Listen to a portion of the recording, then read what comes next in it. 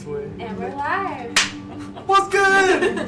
Good evening and welcome to Dungeons and Drama Majors, the live stream D&D show, where a bunch of us drama majors all cooped up in our house together, play a little bit of D&D in our steampunk theme universe of our own creation. We have a ton of fun, and we hope you guys watching along as well have a bunch of fun too. Don't mind if I do. Before we jump into things for today, does anyone have anything to announce Yes. in particular? The beard is slowly coming back. I shaved, as mentioned in the last stream, I shaved it. Yeah. No one's been looking at me fondly, especially myself. Kidding. Yeah, so don't worry, viewers at home. I know you missed it. The first episode back, I had it. The second episode, gone. What the hell's the matter with me? It'll come back soon. I'm trying my hardest every morning, squatting down and pushing the hairs out. Anyway, thanks. It's been a rough week here. Oh yeah, they've been feeling the wake of my terror, my beardless. Yeah, I just feel like, again. Anyway, it's coming back. So that's my announcement. Anybody else have anything equally important to say? Or? No, No, nothing that trumps that's for sure. Great, nailed it. Fantastic. So with that said, we'll jump into a little bit of a recap of what happened last session. So we began last session with our party of crazies having just begun a little bit of a combat in the basement of this theater that they were in.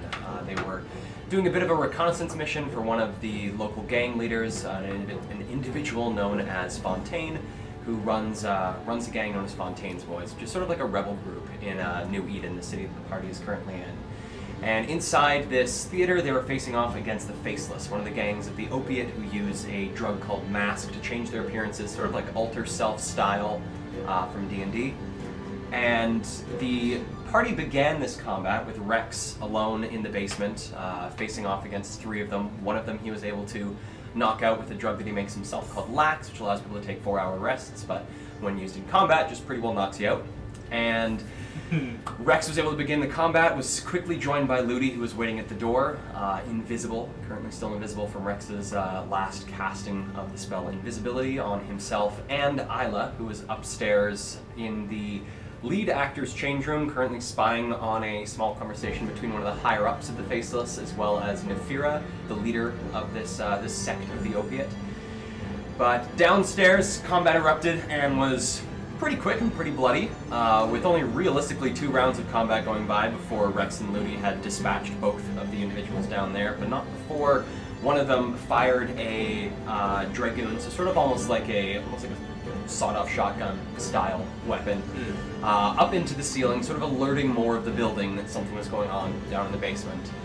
Few people began to make their way down in the basement to check out what the large thudding noise was, and as they began to make their way into the basement, Rex and Ludi began their ascent up the stairs to come upstairs and meet with Isla, who, after watching Nefira leave the room and sort of keeping a little bit of an eye on this last higher-ranking Faceless that was in the room, Isla's invisibility was unfortunately broken as Rex took a couple of blows from the guys downstairs and lost the concentration on the spell. And so Isla, sneaking in behind this guy, suddenly appeared into view, and so started what was about to be the beginning of combat, but ended up being the beginning of Isla's audition. Yes, all those epic. Namely with the beginning monologues of Romeo and Juliet. And with an incredible performance role, she was able to captivate the attention of this individual for quite some time. Captivated. Instead of getting immediately stabbed, which happened just a little while later, but enough later that Nefira had mostly cleared the area, so there was no chance of sort of getting her mixed into things as well. Yeah, better to captivate than be captive. Yeah, that's my motto. Isla landed a few choice blows on the assassin, eventually causing him to sort of retreat back into the hallway where she was able to slay them. Yeah. Rex and Ludi, making their way upstairs, fought another 2 Faceless that were coming down to investigate, taking them out, and running down the hallway to meet the two together, having sort of realized that at this point they just need to book it. Things are starting to get a little bit noisy. More people are starting to hear that things are going on, including Nefira herself. As she was approaching the party, a well-timed casting of invisibility sort of popped them all out of sight once again, and the party ran for the basement to do their escape, and in the Super process, sneaky, super quiet. Oh, come on. ultra quiet stealth. escape. No way, Mike. Rex and Louie Clunky were boots. trying their best to carry the unconscious body of the faceless that was knocked out with lax. In other words, down the performing a stairs and out of the necessary room. task. Exactly. And pulling them out of the room, Isla went looking for something to carry them, to help carry them with, finding a little dolly, which we had a miscommunication about what a dolly consists of. Em had the classic idea that a dolly's just, the easy little thing. You put it under like a box and you just sort of like lift it up. Right. Very easy, rolls things around. I got used to the theater dollies, which are like a table with wheels. And so that's what I had Isla thought rolling it was a through prop the table costume, with wheels. costume and prop room as they brought that around. We're gonna put the body on it, realized it was probably better just to carry it down the stairs. Yes. Isla, however, did not want to give up the dolly that she spent so much time That's not true. I searching was for. goaded. She was goaded. And then, True, yeah, actually. Rex did did go throw it down the stairs. But first I said, don't take it. So you had to. I did. Well, and then you said push it, and I said fine. And then I said, no, don't push the dolly. But does anyone ever listen to Louis? I want that number of no's checked. If anyone can go back in the VOD and check. I just watched it. It was more than I just repeated here. It was many no's. So. Well, with the dolly, with everyone clear at the bottom of the stairs, Isla decided that it's time to bring the dolly down Yeah. and gave it a little shove, which, started off a little bit slow and ended with this, like, spinning, sharp hunk of metal at the bottom of the stairs that came flying out of this, like, little secret entrance that the party had entered in the sewers, and sent the dolly flying into the, like, slowly moving and churning refuse that's making its way throughout the sewers. With that, Isla quickly followed behind the now, like, You forgot the shit completely- spray. Oh Sorry. yes, so the God. dolly slams into the sewers. Rex and Ludi jump for cover as like a spray of just sewer gunk gets shot up out of the sewers. Rex and Ludi are able to avoid everything. However, the Completely. unconscious faceless gets a fist-sized shit to the face. A shit-sized fist. Shit-sized fist. That's Fist-sized maybe shit. a really small fist. Get shit slapped. Anyhow, Isla heading down the stairs that were now completely destroyed. The party then began their sort of escape through the sewers, dragging the body behind them, which the party is still currently invisible, so it's mostly just like a floating, unconscious body making Yeah. its way through the sewers right now. Oh yeah. And that... See, the question. Sorry. No, you go. I just got you off right at the end. How come when I touch what is the physics or the magic Right. logic behind I pick up a mask and the mask becomes invisible and So it's the thing 50 is, pounds? whether it's living or non-living. Okay, So yeah. it's another like creature. If it counts as another creature, Okay, that's a it really doesn't good count. answer. I just It says anything the target is wearing or carrying is invisible as long as it's on the target's person. So like, I don't think carrying a living thing counts as on the target's person. can a living thing ever be on your person? I would say that if you had like a pet mouse, your pet mouse would turn invisible with you. Oh, okay. If you had a pet Okay. dog, I'd say no. Okay. I'd so say anything passive like invisibility I'd was say not- There's a invisibility little bit goes of as, leniency with the invisibility goes rules. as far as any creatures that are like tiny. Sure. Anything small, you're now pushing it. Anything medium, there's no way. Right. But if it's Yeah. tiny, so like a mouse, Imagine if you had Little like, this is really parakeet. gross, but like if you had like lice or something and you turned invisible. and there's just you like saw, floating you know, lice. all the lice. Well, that'll floating. help you find it. That's true. You could actually Oh, ew. pick out all the lice very easily. I hate that. I hate that a lot. Great start, guys. Let's. I've Um, never had lice. Me I neither. had it a number of times. Oh. Because I had a little sister. Oh. I'm I'm Bella. blaming Bella. Bella got lice way too much. Oh my god. Listen, Bella I'm is so probably sorry. watching right She's now. still watching. I'll admit something embarrassing about my sibling later. Once I think of it. So we're beginning today's session with the party is now beginning to make their way back through the sewers, sort of heading along this winding path that they took the first time to head back to the Black Emporium, where they're going to then from there make their way back over to the aviary, Fontaine's home base in the Mid-District, Yeah. and from there maybe get something cool in payment from Fontaine. Oh. Maybe not. I don't know. Maybe she's not feeling generous. It's just a no payday. Oh, she better be feeling No. freaking super generous. She We ain't gonna have give you all the nothing. information to give her. She's gonna say, "Oh, did I say faceless? I meant like faced, like people with faces. Oh my is God. what you gotta Oh, look for. clear miscommunication. Okay, so I'm carrying the body, dragging around this corner entirely alone because nobody's caught up with me yet. A bit of the poop that has sprayed my coat, but not my body. I'm assuming turned invisible when it hit me. A little help here. And so I'm going to take off my coat and like give it a flap back into the refuse to Okay. potentially get some off. So and Isla, show- having been the last person to come out of the staircase, you sort of walking forward again. You and your friends are still invisible, so you have no idea exactly where Rex and Ludi are. Although you can still see the shins of the faceless being like dragged around the corner. Okay. So you know that like they're probably down over there. You don't really know where Rex is. You know that Ludi's carrying a body. You know Rex was between you and Ludi. But no, But you see about like 15 feet ahead of you, just sort of like apparate out of the air, these like 3 chunks of refuse just and just into the sewage below. and I go much better. And I'm gonna put the jacket back on. Oh my God. And Just carrying the body. hearing that, I'm like, Isla, What? there you are. And speak in my head so I don't have to talk out loud. Okay. Can I talk back? Still I have to can't talk talk out back. Oh my god. I'm always speaking in your head. No, sometimes I can just see your lips moving and I think not. You know what I'm saying? No, just always in your head. I just try to make it seem like not. Okay, so I'm not calm right now, and the voice in my head is actually weirdly calming me for the first time ever having known you. So let's keep moving and stay close if you can hear my voice. And I'm gonna like slowly move that way, leaving the doll in the crowd. Yeah. Hey, Rex, I just thought of something. What's that? You know what's really cool? Yeah, what's I that? just realized I never actually have to whisper. Oh, you're I'm right. always whispering when you guys are whispering, but I can shout as loud as I want. No one Yeah. else can hear me. How Oh, big Are you is that? talking in my head too? No, just Oh. Yeah, Okay. for okay. You're kind of hurting my heart because I don't know that it's not that loud outside of my head, and I'm trying to be as quiet as I can right now, Ayla. So you just tone it down 2 notches, okay? You're at about 11. I need you at a 9, okay? Copy that, buddy. That's better. Okay. And I'm gonna round the corner. Okay, so you around the corner, you see like being dragged again, like it's like feet, like ankle, or Yeah. not like, oh my goodness, body parts. Heels dragging on the ground, which have both been unshoed. So it's just these like Rex took off the shoes. I did. So it's just these like brown socked feet Do I get that have now experience points for? for unshoeing. No, 0 negative experience for. Oh! You're actually not behind these guys. When are we ever gonna get some Um, experience points? I don't play with experience. I know, but I'm so ready to get to level 10. Just give him some. Just give him some. You get 5 experience right now. What are you gonna do with it? 5 I don't know. experience. 5 XP?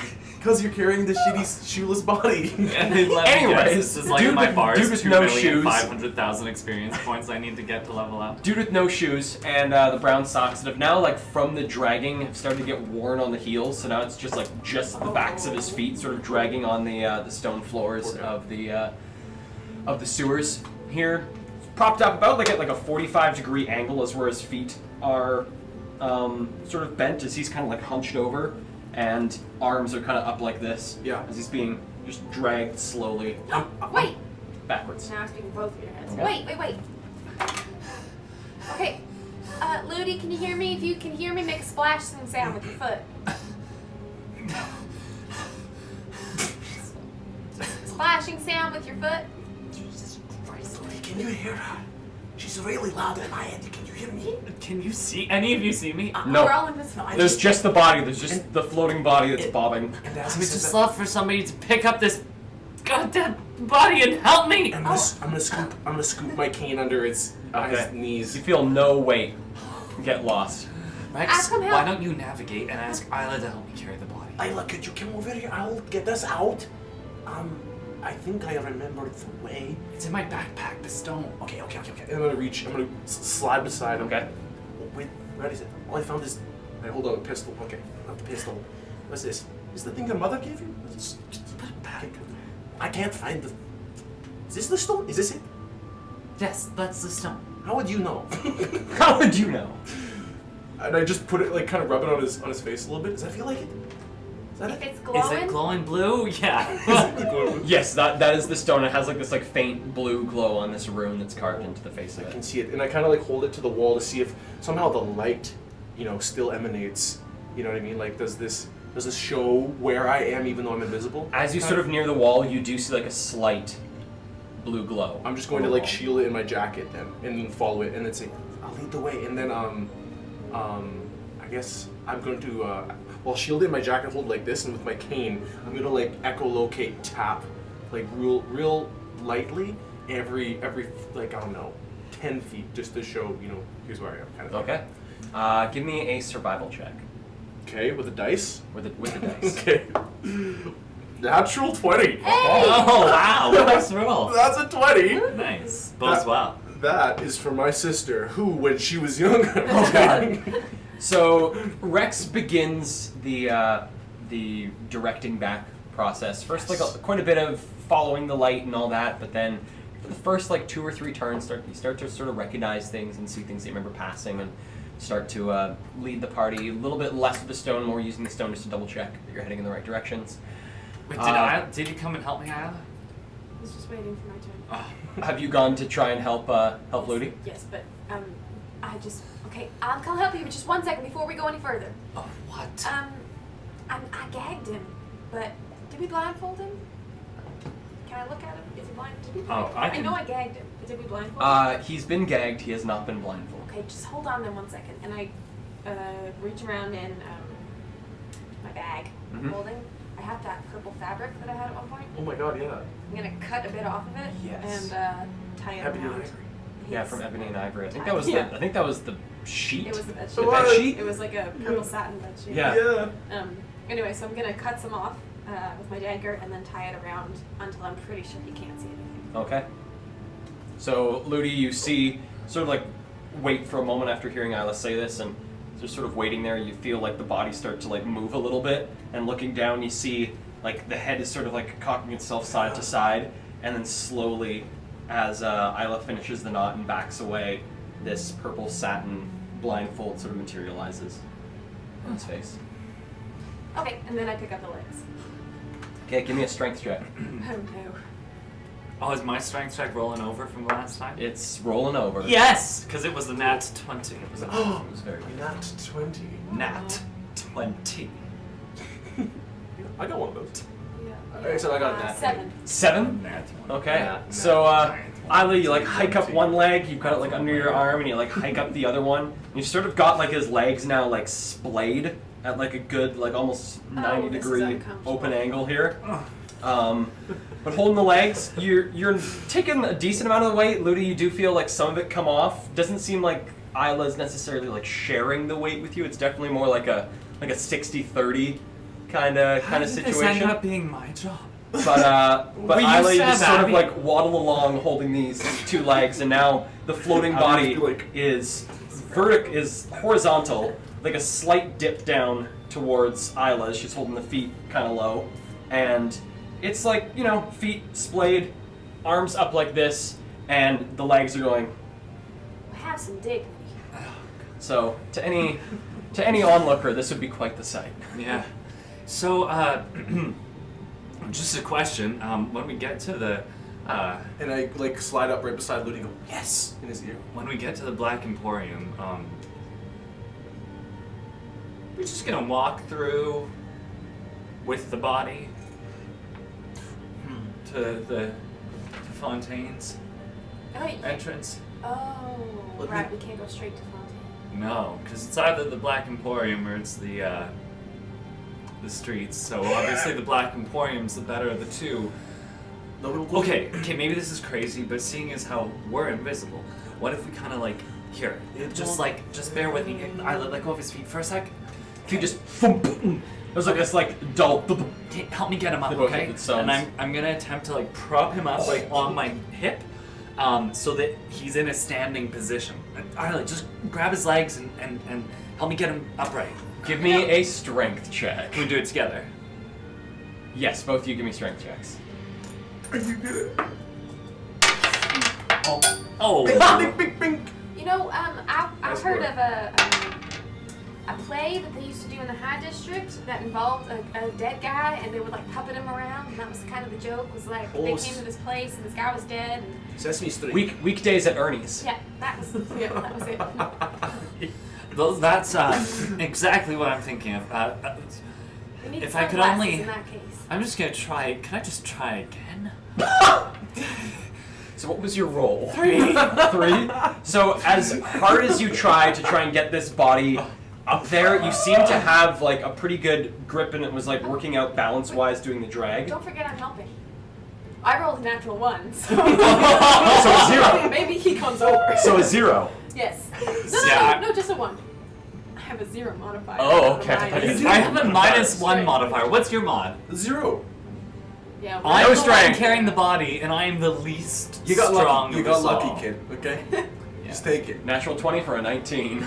Yeah. So it seemed like dragging them, you had a little bit more luck with just sort of the positioning and just how the body was, but trying to get them up vertical, the way that like the unconscious body is like slouching and falling over and like trying to keep various things aligned is just making it so much harder, and you can't seem to get it, like you can get him sort of standing, but he's either standing and leaned at a 45-degree angle, or his body's straight, but then his legs are like kicking out at weird. Hey, Well, weird you know what ways. would be really helpful at a moment like this? Jeez, what's the word for that? Dolly, maybe? Yeah, it sure would be if it hadn't been thrown down a flight of stairs into the sewer. Well, that's because Rex told me to push it. That was a misplay on my part. Did you have to listen? You don't have to listen. That's a good I point. rarely will, do. I will Lucy stop hardly listening. does. I to rarely do. Okay, new plan. I've got another. Rex, can you just reach into my backpack, please? And Oh my god. Okay, look, what do you need this time? What? I need my hat, Your hat? my top I hat. hate that. I know. I'll put it on you. No, I'm not. Just get it out for me, And please. I pop it on you. I don't do anything with it. I put it on the guy. Oh. Now remind me, how small can I make something wearing the hat? So with the hat, unfortunately, since it's a magical item, it requires the person to be attuned to it. Fuck! Can you put it back, Rex? First off, watch your language. For And- whom? Are there any children around? Janto says there's 10 minutes worth of air inside a bag of holding. Can you put him in the bag of holding? I thought that would kill someone. Isla, pull your bag. My backpack? Yeah, well, let's see if we can at least stuff him in a little bit. Wait a second. Because Even though, just because you didn't gag his nose, just because this fellow is asleep doesn't mean he doesn't need to breathe. So if he gets suffocated, then he'll wake up in the bag and then pop out and start going, "Help me! I am in a bag of holding." Well, so far it is our best option, Well, unless there's- we leave him in the sewers with 2 of us to guard, and the other person runs off to Fontaine and gets a rescue crew. Well, Do that. That would work, actually. Wait, yeah. doesn't she have people placed in the Black Emporium? Oh, she yeah, very that's well true. could. So shouldn't we just one of us go out to the Black Emporium and be like, Yeah, okay, we'll do that. Yeah. But wait, you haven't even asked me my idea. But it was just a free-for-all. You could have spouted one out. Well, it involves us to relax for like an hour. I have to have a little conversation with Belial. Maybe he could give me an extra bit of power for today, and he could cast invisibility on 2 of us to carry him, and cast invisibility on him. and then one of us can just walk freely? That's right. So we could do that, but we'd have to sit in the sewer for 1 hour. Oh, that's unpleasant sound. We're already walking. We're getting close, and I think I know the way. But I'd say that, we should save a conversation with Belial for something of greater import. it'll only take a moment. Okay, That's but all I'm saying, though. what about this? What if you sit in the sewers and wait, and I'll go up and see if I can find someone in the Black Emporium from Fontaine's Boys, and if I cannot, then you've had your rest, and then you can talk to Belial while I'm up there. There's an idea. Would you sit in the sewers with me? Oh yeah, 2 people are staying with the body, that's for sure. I just have a feeling that we might end up in the sewer for even longer if Isla is the one to go and locate Fontaine's boys. Well, if she is the one to go locate Fontaine's boys and she takes too long, more than an hour, then I turn myself, you, and this fellow, invisible, and then And we you carry him can through. Yeah, we'll try to find you. You can find me in any room. What? Red hair. Oh, Stands out in the crowd. we would, yeah, okay, no, yeah. Okay, well, so we could try. Oh, good point. Under the cloak of invisibility, I'm gonna change back into my typical Isla. Okay. You in the short hair? No, I was in the short brown hair, yeah, but You I'm gonna go to that long mane of red curly hair. I'll fierce. Okay, so then when we get there, you'll go uninvisible and move into the Black Emporium looking for Fontaine boy people. Yeah. Okay. Okay. Let's keep thinking. We'll keep thinking if this is a good idea as we get closer. So, Come on. I'm trying to help you. still making your way through the sewers, sort of going through this winding path, these small little areas you're going between, probably like 50, 60 feet apart of these little orbs of light cast by small little electrical lamps placed every so often throughout the sewers.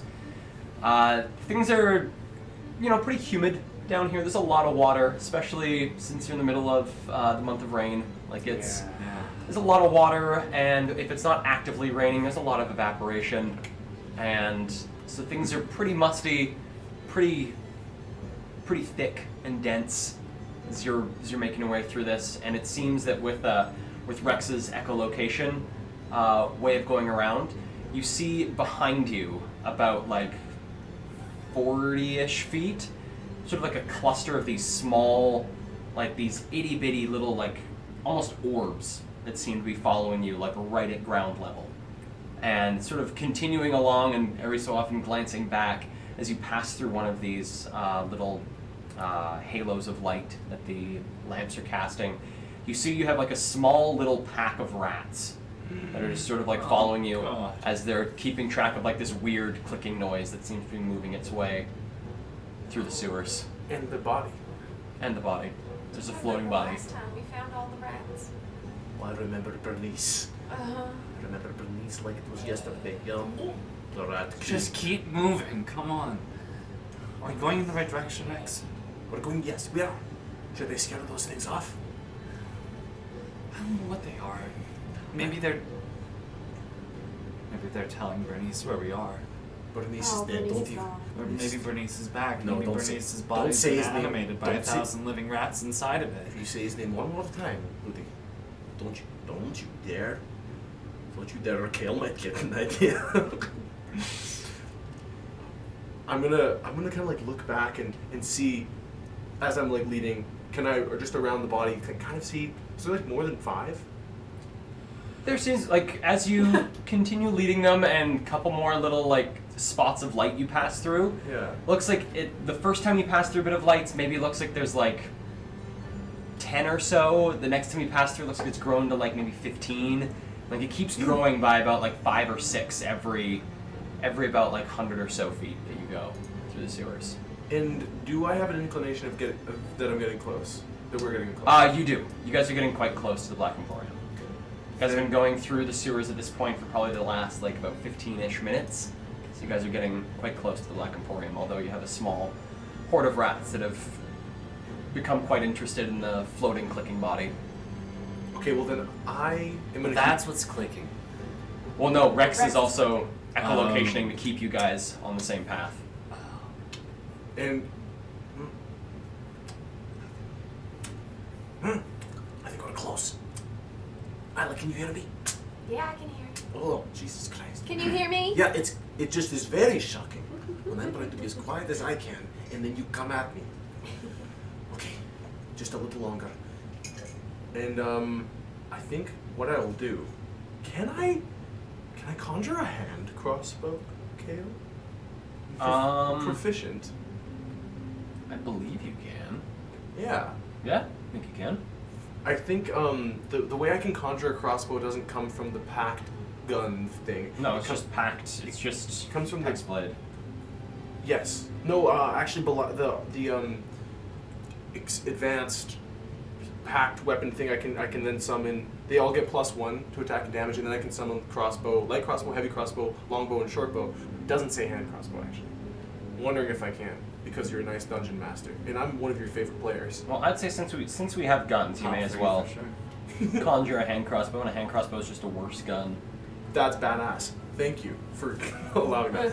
But the reason being is it's silent, and I don't really want the barrier. So I'm going to conjure that as I'm clicking away, and instead of using my cane choke, I'm just gonna put it in my belt, and I'm just gonna kind of pull the trigger without cocking back an arrow, so it makes like a little. So just to make sure Yeah. that you want to do this, Oh, yeah. conjuring a weapon is an action. Yeah. You will become invisible the moment you conjure this weapon. Oh, is that considered? Because it says spell or attack, but that counts. I would say conjuring a weapon. Oh, okay. I was Would thinking. count. I was thinking I'm just gonna wait then. I'm just gonna keep tapping until we get Okay. there. Sounds good. Yep. So, you guys continue along. This little horde of rats continually following you, growing in size and beginning to like get to a point, Isla, where as you're sort of like behind the pack, trying to help with carrying legs. Did I kick my camera again? No. That as you're at the back of the pack walking along, you're constantly now having to like deal with rats that are sort of at your feet that are trying to like push up a bit closer to the body. No, I don't like this. And as they sort of like push a little bit forward, you see a couple of them start to like pile up a little bit, and one of them leaps up and is going to attempt to nibble at the body, sort of like a dog jumping for a treat. Oh, we can't have it. Is one of the rats. No, I'm trying to bat him away. That's on a book. That's not a flat surface. Kale rolled his dice right into the middle of where 2 pages meet. Yeah, it's not good. It's not how Greedy. you roll dice. Yeah. Jumps up and seems like you see like little rat teeth sort of get caught in like a pant leg as it sort of like swings a little bit, No. and you bat it and it like, Get it off! and it goes flying. And you hear this like wet thump as it smacks against the opposite side of the sewer, and then like it drops into the sewage, and then you see its little head sort of like pop up out of the sewage and starts to sort of paddle its way. Do we over have the side. a flashlight or a lamp or something? I believe you guys did have torches, had like electrical torches, but I believe you've used them all since you've replenished any. I'm just gonna kind of say fuck it and like move back, stop the tapping, and then I'm just gonna like take a crack down with my cane, like right down on the horde of them to try to just like break them, like kill them. Okay, give me a roll to hit. Disperse them. Murder. Kind of sound like Moira Rose there. Murder. That's a 22 22 to hit the rat or rats. Hit the rat. I would love to like try to like spread my cane along like several of them if possible. If there's Okay. a lot in a clump, you know. Like, Well, that does hit the rats. The rats have a very low AC. But give me a roll for damage with okay, can I that cane sword. as part of this attack? Can it be my extra attack too? Sure. To try to You do like the whack whack. I think I want it more as like a bam and then like a bat to the side. Okay. Like a swap whap. Swap bat. Okay. Oh, sorry, wrong dice because it's just the cane part, so it's a d6. Oh, 6. That's sweet. 11. 11 damage. 11 damage. And Okay. then with so that- first whap, you like feel like a small crunch as you like fully get one of the rats and Yeah. just like flatten it. You feel sort of like almost like weird squeaky toy feel as you like hit the others, and there's like a little like series of squeaks from the ones that you do hit, and they sort of spread out from the impact, and then I'm gonna swipe them away, okay. and that's a 24. Yep. And d6. 6 again, 11. 11. Awesome. Hey. Yeah. So that was 11 and 11. Yeah, so that total is 11 plus 11. So 22. Thank you. Which with resistance makes it 11. Oh. Because swarms have resistance. Bastard. Because gotta hit the itty bitty ones. But with the first whap and then the sweep, the whap sort of spreads them out a little bit, and now there's probably about like 6 or 7 of them along the like close to the sewage side of the sewers, and the sweep over to them, these like 5 or 6 rats just go flying off the side and sort of like harmlessly bounce off the lip on the other side of the sewer, and like the one that Isla knocked away, then they sort of like drop into the sewer and start paddling a little bit. They sort of seem to be paddling to try and keep up with you, and then they turn around and just sort of start trying to scurry up the opposite side. And with that one, the whap and sweep, you have the few that got scattered away, and the other ones sort of like begin to fall back a little bit. Okay. And then you see like the little beads of like the little yellow beads of their eyes sort of looking up at you, reflected in the light. And you see them just start to sort of disperse Okay, as good. they head further down. And in I'm the opposite invisible direction. now. Yeah. And you guys can see me. Oh. So you see Rex. Rex has just dealt with the rats. Oh no. What? Well, you lost your invisibility. Oh. Yeah. Damn it. How do I look? Visible. It's not what I was fishing for, but Bloody, how do I look? I'm sure you look great. That's what I like to hear. And it looks like we're getting close. Keep guiding us. Rounding the next bend, Mhm. you begin to see how the sewer begins to open up here as it starts to get closer and closer to this cistern, this sort of well where a lot of the stuff used to go.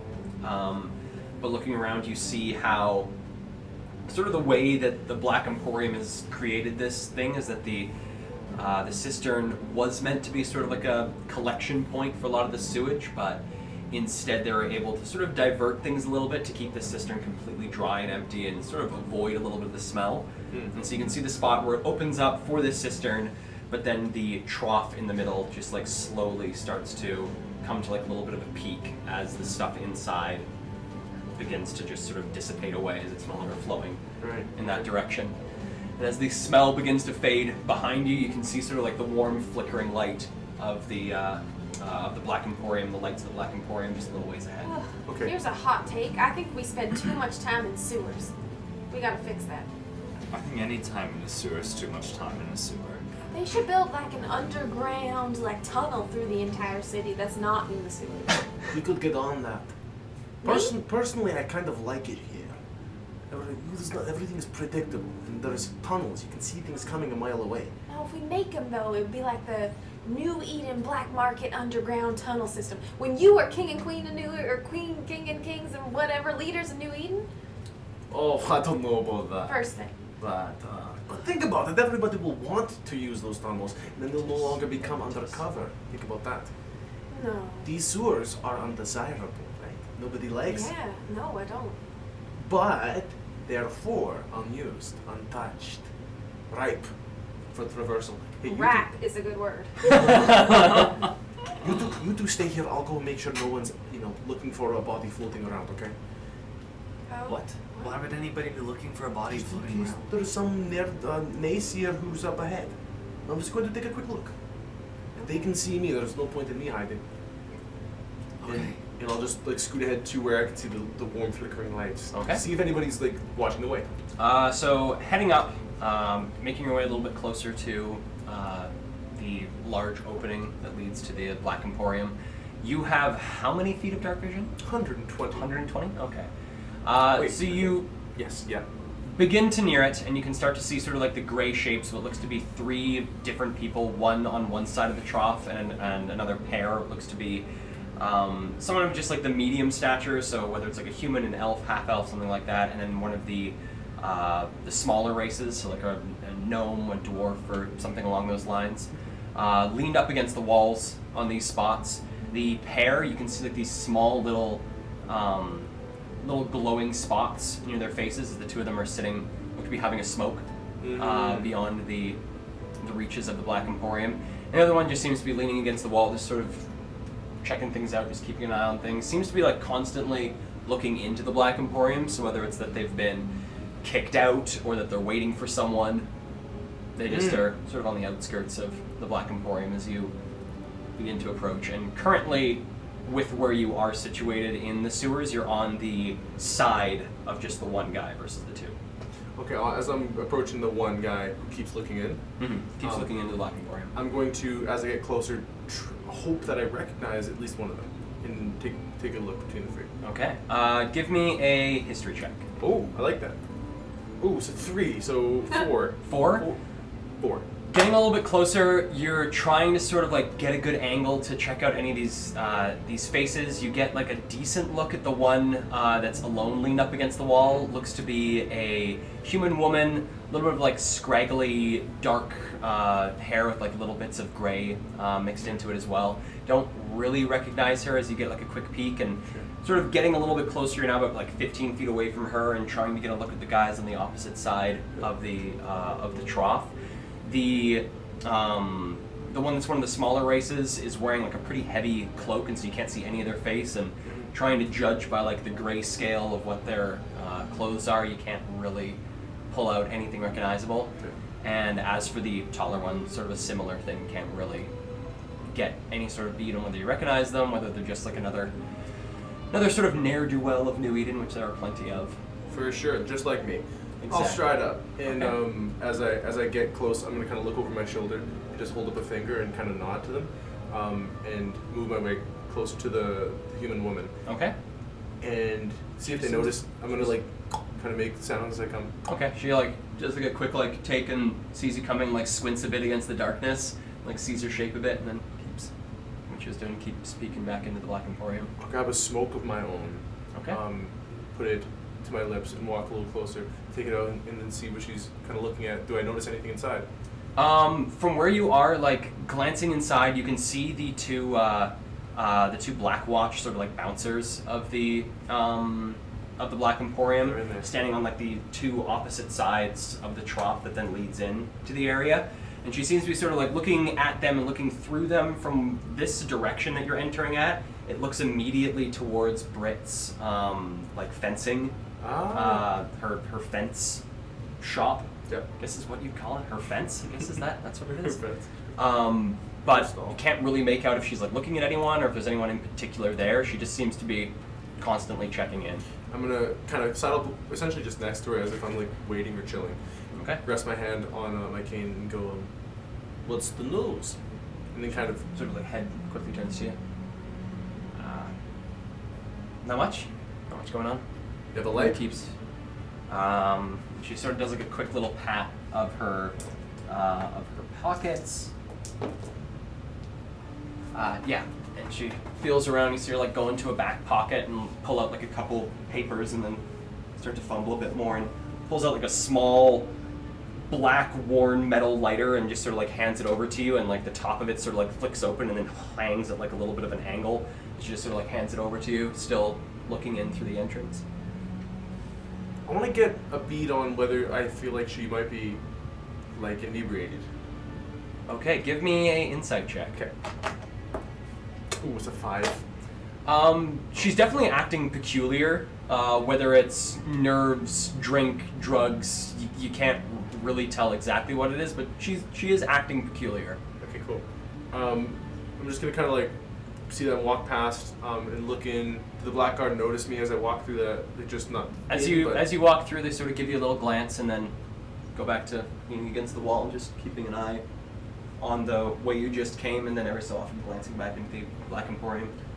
So I want to cut just to the dwarf and the taller figure, Okay. So And- cut across just cross there. around. And then kind of with the smoke in hand, kind of looking up and down, I suppose. Okay. Do they seem to recognize me? They give like a little look up. Both of them seem to be able to see you in the darkness as you sort of approach, and they look and they take like a couple steps over. It doesn't seem to be like to move away from you, just Sure. more to like give you your own space. They take a couple steps over and just continue leaning. Both of them seem to be about like 3/4 of a way through a smoke, so just about finished themselves. And without looking at them, I'm just gonna kind of speak into the sewer, but hopefully they can hear. Say, who do you work for? They turn down towards you, and you hear the smaller of the two. What? Who do you work for? Myself. Well, I mean, So you're unaffiliated? the smaller one sort of pulls the smoke away from their mouth and turns to look towards you. Seems to give you like a good like up and down. Yeah. Goes back to the smoke. Looking for work? They both sort of look to each other. And you hear the taller one, depends. Are you brave? The smaller one looks up to them, looks over to you. Depends. How much does it cost? How many gilded does would it cost? To cause a distraction. Sort of look to each other, and the smaller one takes a couple steps back and looks up towards the other one, and you hear like a couple like hushed little back and forth. And the taller one, 20. Uh-huh, right. How about you go plan? If you can enter, You should enter now and come up with a plan. Come back out. Let me know what you do. Okay? How does that sound? You can go inside the Black Emporium, can't you? We sort of look to each other. I'm sorry, I don't understand. Well, you're not going to wing it and improvise, are you? That wouldn't be professional. I want you to plan what you're going to do and come back and let me know. I need to pass something through. Sort of look to each other, look back at you.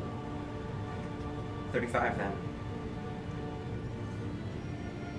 You'll get it once I hear your plan. Sort of squint to each other. Give me a persuasion check. Okay, cool. Ooh, I like that it fell off my book. That's a 19. 19? Yeah. Okay. Sort of look to each other and look up at you, and without saying anything, they sort of push past you and head into the Black Emporium. Thank God they're gone. And then we're gonna walk back to the group. Say, okay, so I just got rid of 2 of them. They'll be back soon. Isla, if you want to, come out of invisibility and go and look for the Fontaine boys, now would be the time. We're going to have to wait down here with the body, and I'll make sure no one gets so close that they can see it. But those fellows will be back. Don't know about that other one. She's a little sketch, if you ask me. Don't think she's allowed in. But we could use those boys for a distraction if need be. Okay. What's the lay of the land here, Carol? From where you guys are now, so you're right now, it's like quite a long corridor of the sewers that leads towards the cistern that is the Black Emporium. You guys are right around right before the corner that leads down into this corridor, which is probably the better part of about like 200-ish feet long. So it's a pretty long little stretch that curves slightly to the right. We're facing ahead down a long corridor. Long corridor, curves a little bit to the right, so you can see like the light being cast from the Black Emporium being like cast up the hallway. Okay. But you can only like barely make out that there's another figure that Rex was talking about. You couldn't see the two as they were like the other side And of these the little turn. Are they in the sewer side or the Black Emporium side of This is the the sewer entrance? side. They're guards?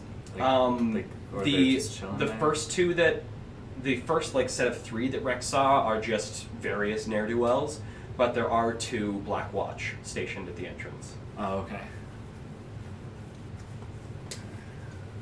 So, what do you say? Yeah, I can go look. You need an hour? Well, really depends. If you find someone sooner, and they could vouch for us to get them through, and it won't be mysterious that we're The bringing longer someone. you're gone, the longer I'm stuck in this stinky place. So Yeah. Just I'm make not gonna try to be gone for long. I just mean like, if I can't find anyone within an hour, you're ready to do plan B, right? I guess so, yeah. Okay. The thing is, I've never brought in somebody unconscious through the Black Emporium. Have you? We've never. No. It's a very rare occasion, and I've never seen one brought through, so I don't really know like the decorum, whether it's such a faux pas. That's one of those common words you taught me. You do know from your time in the Black Emporium that there is some amount of a law about like conducting violence in the Black Emporium, but Right. there isn't really anything that covers bringing unconscious bodies through the Black Emporium. Right. You know that like you're most likely not gonna get like arrested or attacked by anyone, but you're definitely gonna draw a lot of attention Yeah. bringing an unconscious body through. We'll definitely draw a lot of attention bringing an unconscious body through, and we don't know if Well- the faceless are in. I'll go find someone from Fontaine's boys. Maybe they have like a blanket or something that we can throw over the body, and then he'll turn invisible. Or maybe like a box that we could put him in on a dolly. Sure, yeah. You know, we could put him in a crate. Yep. We just need to put him in a package that Crate doesn't look like a on body. a dolly on a skateboard. They'll know what to do. Okay, ready? Isla? Break. So, Isla invisible. Did you uninvisible, or are you still invisible? Do I have control over that? You do. You have control over your own Just invisibility. you have to say the spell backwards. The spell words backwards. Okay, what's the spell word? You are listening. No. It's Zulmegut. Gut Bizul. Okay. I'll remember. I'm gonna go in invisible, and I'll just drop them whenever I feel like it. Does that sound good? Yeah, as long as you can remember. May God. Okay, bye. Good. So Okay. No, you know the- it's like the tog, draconic- yam, buzz. Lose. Yeah, lose. So as Rex and Ludi, you hear behind you discussing the intricacies of Oh, there's a how the bell. spell reacts to how you pronounce it backwards.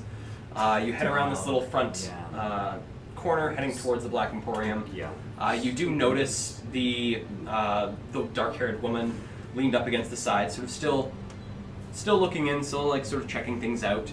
She seems like skittish. Seems a little bit skittish. Okay. I'm just gonna talk in her head as I walk by and go, "We're watching." And you see her like turn towards you and like look around a little bit and sort of like scratch at her arm a little. For some reason, I'm imagining Jamie Lee Curtis. That's who I imagine this human woman as. You gonna Google Jamie Lee Curtis? Well, I just wanna see. Freaky Friday or Friday the 13th or whatever that movie's I called can't with believe- Lindsay Lohan. Freaky Friday, and she was also in. Wasn't she in that one? Okay. Yeah, she was. Right? Because he said short hair. Mm-hmm. And I love her. Oh, I love Jamie her. Lee Curtis. Jamie Lee Curtis and Knives Out. Yeah, she's good man. I think she's a gay So icon. you make your way past I'm Jamie not Lee sure. Curtis, Uh-huh. and you just like head straight into the She's Black totally Emporium. married to a guy. Okay, She's so the heading straight in, probiotic. you notice the two Black Watch sort of flanking the entrance and do not notice you at all as you come in. Coming in, things are like a little bit. Do you make a noise as you come in? No. Okay. But I do this under the cloak of invisibility. You do finger guns. Cool. Yeah. Coming in, things look like they've picked up considerably. Since you left, there's quite a number of people making their ways around. A lot more of the booths and things like that are open. As it is at this point, probably about like 10 o'clock at night. So, At night. you know, things are starting to pick up a bit. Looking around, you can see the Black Emporium as you're used to it from your couple of encounters from it. You see the very center. You see the sort of the open little area that would look down into the cistern that Brit's fence is built around. You see pretty well immediately to your right a small stall that is sort of partially built into the wall. It has like a number of various like exotic animals in cages throughout it, and there's a woman sort of leaned back against the wall, seems to be slowly feeding like this almost like little monkey-like creature on her shoulder, like a little some sort of cracker or something. On your left, you can see a small, looks to be just sort of like various contraband things, looks to be small things like mixture of drugs and also like maybe ammunition and just sort of like a illegal knickknacks little spot. Beyond that, you see Zorm's spot, the tattoo artist, his little spot. You see a number of other little sort of black market shops, and then at the far wall from where you are, you see the Orcish Wares door with the sign on it still. Still closed? Still closed. Is Family there any issues. other like small little magic booth? Like magical items booth? On the opposite side of the Black Emporium to where you are, there's another one, but there is also the one that's right there. Or not magical items, but that's just knickknacks. Right. Right. Right. Okay. Mm-hmm. As I'm walking past the knick-knack stall, because I'm looking for Fontaine's boys, and they do have a like there's a section in here, right? Like they're not. They do. stalled, They they're are up there. from where you are. It's not the exit directly across from you, but the one like directly across and to the right. You can see pretty obviously from the colorations of their clothes, the like slight little like yellow tinges to their outfits. You can see the two Fontaine's boys flanking that entrance. Okay. What's in the booth? Just like walking by. Yeah. Give me a perception check. Oh no. Prying eyes, looking at the booth. 6. Gonna get Okay. some Quick glance down towards this booth. The first thing that you see is a small little container that looks to hold like 6 or 7 bullets in it. Beside that, you see a silver-plated watch that still, like from your quick glance, still seems to be working. You also see a silver coin that is flipped on its backside to the side that would show an eagle, but instead of an eagle, it has a fox on the back. Those are the 3 things that you immediately notice. Just quick glance down as you walk by. We're talking like on a table. We're talking like on a table, like on a counter, pretty well. Mm-hmm. And is there anyone at the booth? Looking at this one, this booth is sort of square shaped with a hole in the middle where the shopkeeper sort of runs the thing from. The shopkeeper is currently talking to someone not on the opposite side, but from like where you're coming at. This is the side closest to you. They're talking to someone on the sort of side facing the wall It's from like where you are. child's play. You're invisible. You touch it, it turns invisible. Okay, I'm gonna reach into my bag of holding and take out a handful of cinnamon hearts. Okay.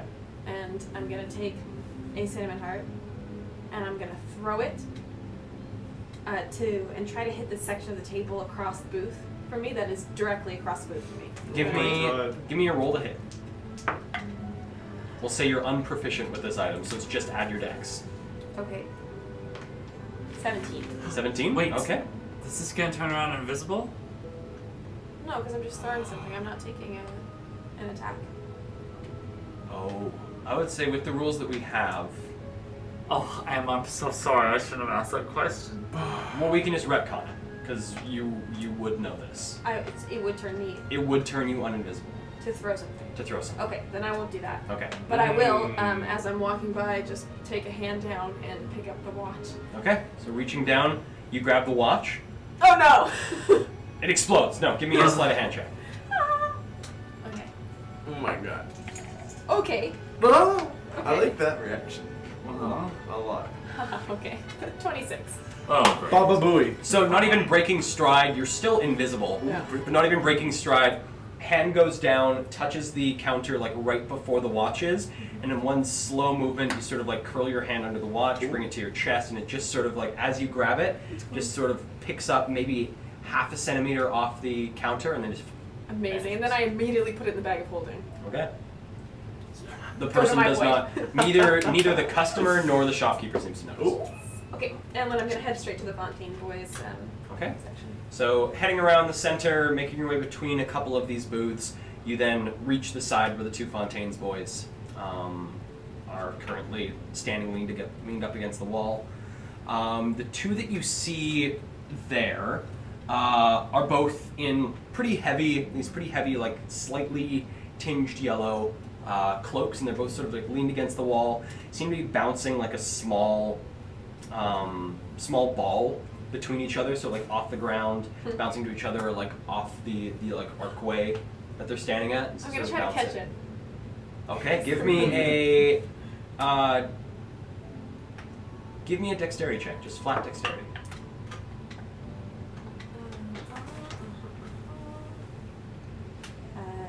12. 12? Okay. So as one of them 13, as one of them bounces it against the floor, the other one's sort of there. They seem to have gotten to like the monotony of this, and so like it's very like same movements every time. They don't seem to be thinking about it too much. It bounces, the other one sort of reaches down to catch it, and you just sort of like walk between them and snag it out of the air, and sort of like has his hands out and sort of waits for the impact, and then, buddy, where'd it go? And then I'm going to bounce it. But I'm going to bounce it like in, that super casual way where people just like drop it like casually and pick it up and drop it. And my hope is that it comes into view and out of view. Into view, out of view. Like the moment it gets back in your hand, it disappears, but there's like, it drops, bounces, disappears. Evening, Drops. gentlemen. So the other one sort of looks down and is like, I don't know what.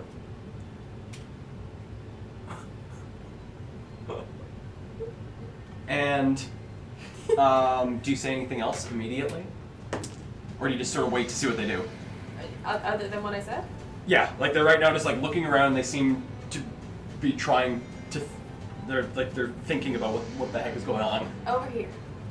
You sort of look around and you see. A little higher? No, to your left. To your You left. see there's one who's like a little bit brawnier than the two, and the other one that's a little bit on the skinnier side, and the skinnier one sort of squints at the big one for a second and begins to just like make these motions in the air Oh, now, honey, what are you going to do if you actually make contact? as, That's not very nice. as they like is it? walk forward towards Yeah, keep like going. towards the other one, and Colder, they get colder, hotter. Yeah? No. Are you doing this? Buddy? No, not me.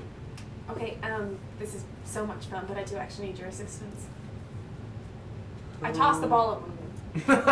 The one that seems so confused, I toss the ball, hoping to like That's an put it in the attack chest roll. here. No! That will break you out of invisibility. Why not? Why not? Okay. Toss it at his chest. Okay, give me a roll to hit with advantage. Yeah. Good thing I had advantage. What do I add to hit? Just your dex. Okay, and that is a 23. Okay. So you throw it at their chest, and we're gonna see if it just bounces off them or if they're able to catch this. It's a Never. hex another d20. Say what it. Okay. So you throw it at their chest and just sort of like, just instincts, 2 hands to their chest as they catch it and look up at the isla that has just appeared. Hi, boys. Hi. What's, they both sort of straighten themselves. What's, what are you doing? What am I doing? Both look to each other and the smaller one kind of like nods them on. I thought we Yeah. were playing a little game. Fun, wasn't it? Okay, hold on. I reach into my bag of holding and I pull out my coin. My coin that says, I can come here. The kingfisher. The kingfisher. So you thank pull out the little kingfisher token, and so you pull out the kingfisher token and they sort of lean towards it and look, and I come in peace. well, do you need to get led to the lady? Yes, but I have a little bit of an issue, and I was wondering if you could give me some assistance. What's the issue? They both sort of come a little bit closer to you. I don't need to do this; it's just for show. Look to each other and look back at you. So we are on a mission from the lady herself. We've completed said mission. It was a bit of reconnaissance, and we brought back someone for questioning. Look to each other again. He is unconscious What if and uncooperative, but totally unconscious. No chance of waking up for the next 2.5, 3 hours. Yeah. So like that's fine unless someone hits him, so don't hit him. We do have to get him through here though into the lady, and I don't know how people would take too kindly through an unconscious body just marching itself through the Black Emporium. So Yeah, it's probably not a great idea. right, so if you can help me, that'd be And the great. smaller one, where, what side of the Black Oh, Emporium? over there in the sewers. Let's sort of look over to the side. Yeah, we can help. We're thinking like if you have like a blanket that turns people invisible, that'd be great, or a big box and a dolly. We can just we can just lead you the long way. Like more time in the sewers, hey? There's no way around that. It is just pungent in there today. We don't. And they sort of like look down at their clothes. We don't have really any way of hiding a body. I'm not gonna say I'm not disappointed. That's probably pretty clear, but I do appreciate the help. So I guess back to the sewers we go. And they Hey. sort of nod and Are you both coming? Or just someone? Or do you have one of those things too? Now telling me your guy gave us one of these little stones that like leads us through a path. Do you have those? Cause that I'll take in an instant. they look at you confused. They are very confused, just in general, about By you. all of you. Just by all of this. But they give a look to each other again, and there's sort of like this knowing look in each other's eye as the big one and the small one both bring out their 2 hands. I really hope you're fighting who gets to come with me and not who doesn't have to. I am offended. And the bigger one sort of gives like a little notion that sort of shows to you that they won whatever this thing is that they're doing. And the little one sort of, all right, well, let's go. Begins to lead you back through the Black You're Emporium. lost, baby. And they lead you back through the way you came to the Black I Emporium. put my hand on the guy's shoulder, just go, or like slip it through his arm. You know, like. Slipping it through his arm, it is like a very small arm. This is a kid Oh no. that you were walking beside. And again, like big hood. It seems like, now that you're looking at them a bit, it seems oddly large for their head. Like, not that it's like their head's swimming in it, but that like their head seems bigger than it should be under this cloak. What? it's just like the cloak is held out in a weird size. So, are we disguised today, or? Sort of looks up at you. Oh no, and pulls back their hood, and you see a. Where's my description of this one here? You see a tiefling, young tiefling boy. There's these like long, these sort of like ram-like purple, like deep purple horns that sort of fade to like a bit of a black near the tips of them. Has sort of like a faded pinkish purple skin tone, and then these gray purple eyes. It sort of looks. Oh, up you at are magnificent. Gives you like a little bit of a nod. You can see like even through the like darker purple skin, you can still see like a little bit of flushing as they. Let's just go. Okay. And sort of head down, walks alongside you through the Black Emporium, and Yes, I'm quiet for about 10 seconds. okay. And then I'll go, so tell me about yourself, darling. What's your name? Where are you from? How'd you get involved here? Did you grow up in the city? Which district?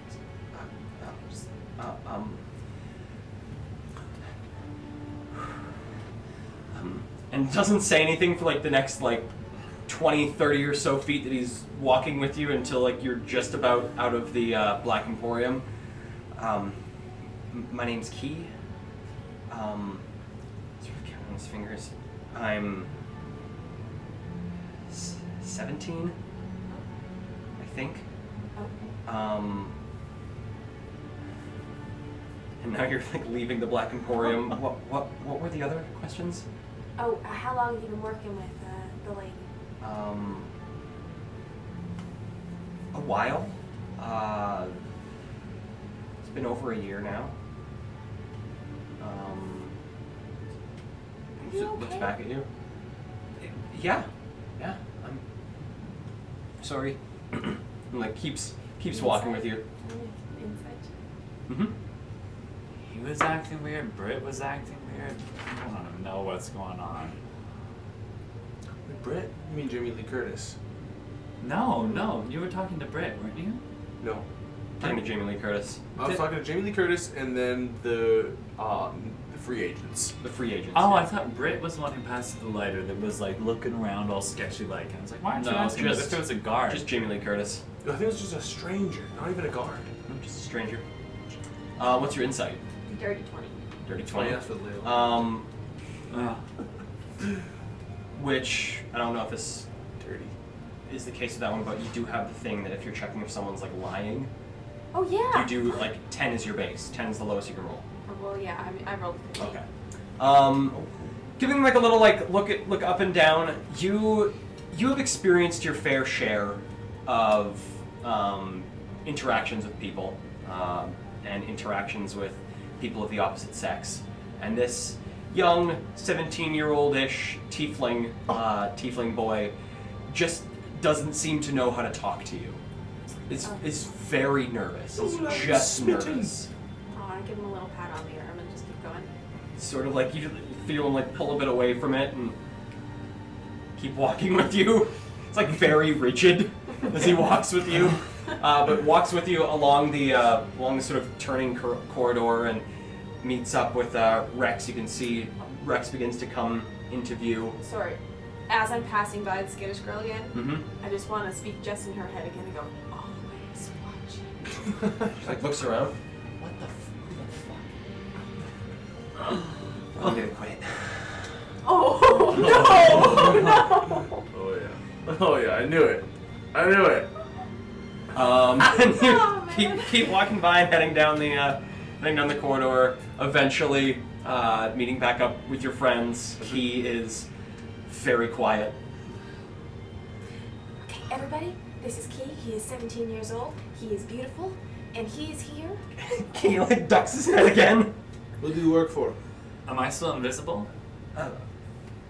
Fontaine. Oh, okay, cool. There's a lot of free agents around. It doesn't make any sense. What is it these days? All these free agents trying to follow in my footsteps. I did it first.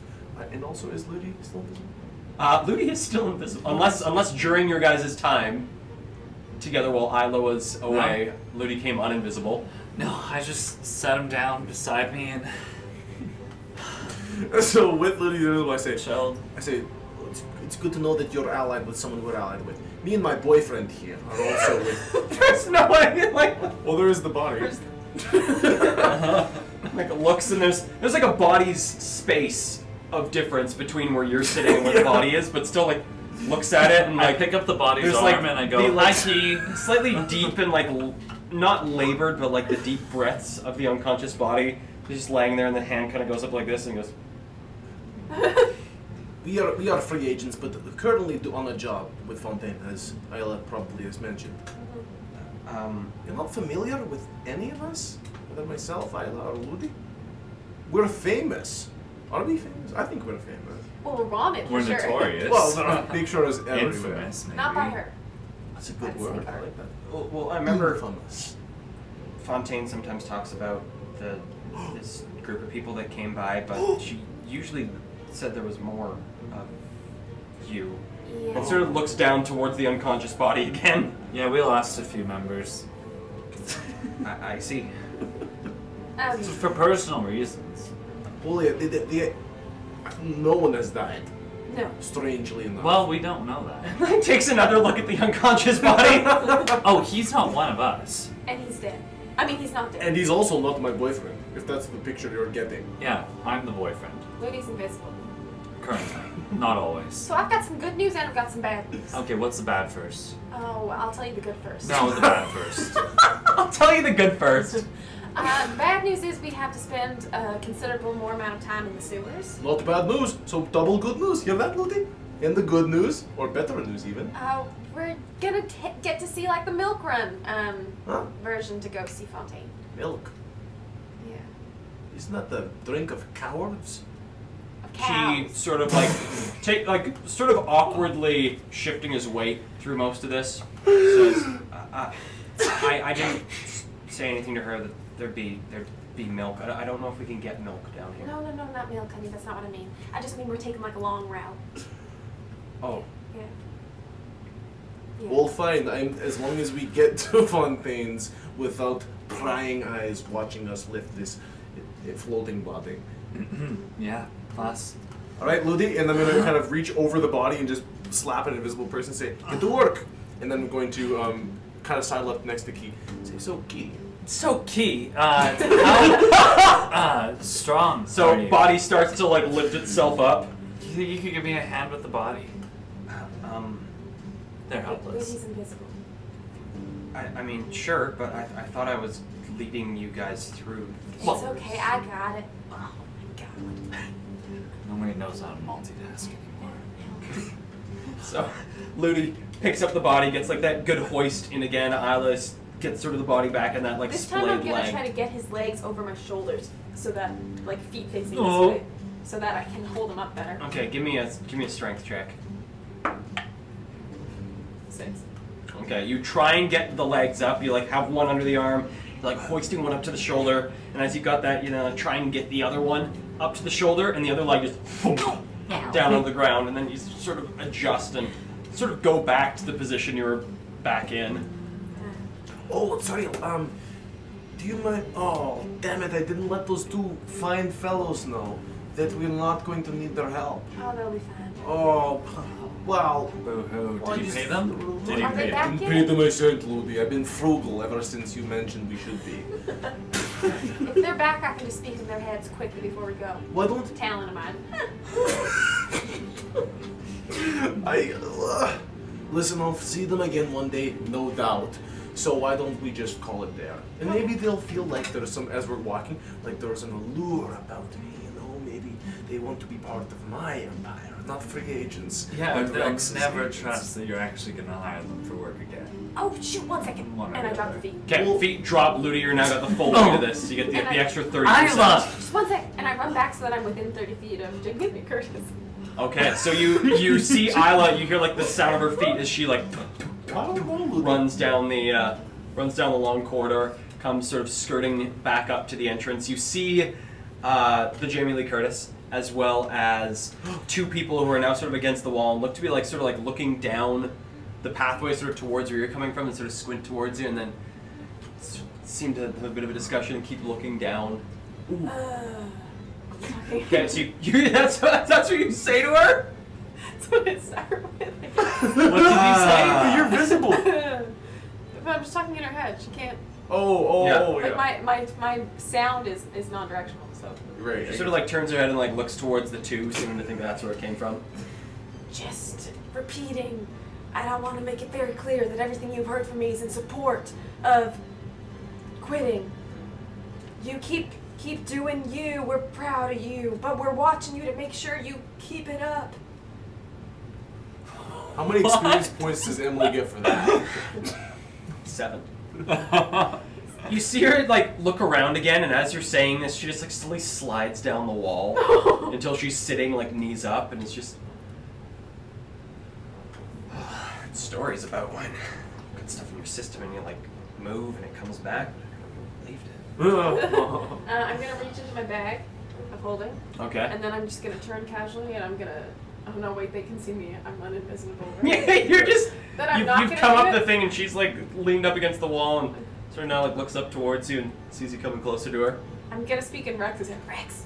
You're nowhere near, like you are now like 100 feet away from Rex. Okay, then I'm just gonna take a shot in the dark, and I'm gonna speak in the heads of the two guys who are standing there, Mhm. and I'm gonna go, "Hey, you are no longer contracted. Thank you for your service." Look around. And then I'm gonna go back. And as you, I honestly, I have no idea who it is, so I could have spoke to anyone. I don't know if it's them. yeah, you don't know if it was them, but you said it in their heads, and you hear one of them. Oi! What? As you make your way back down the hallway. I kind of said for them to wait at a corner so I could wait at a corner so as to not lose Isla. Mm-hmm. You know what I'm saying? And once Isla comes, hey, come on. Walk and talk. So what did they say? Did they seem heartbroken that they didn't have the opportunity to work with me, or what? Oh yeah, they said, "Oi, Yeah. what?" What? And? Yeah. What?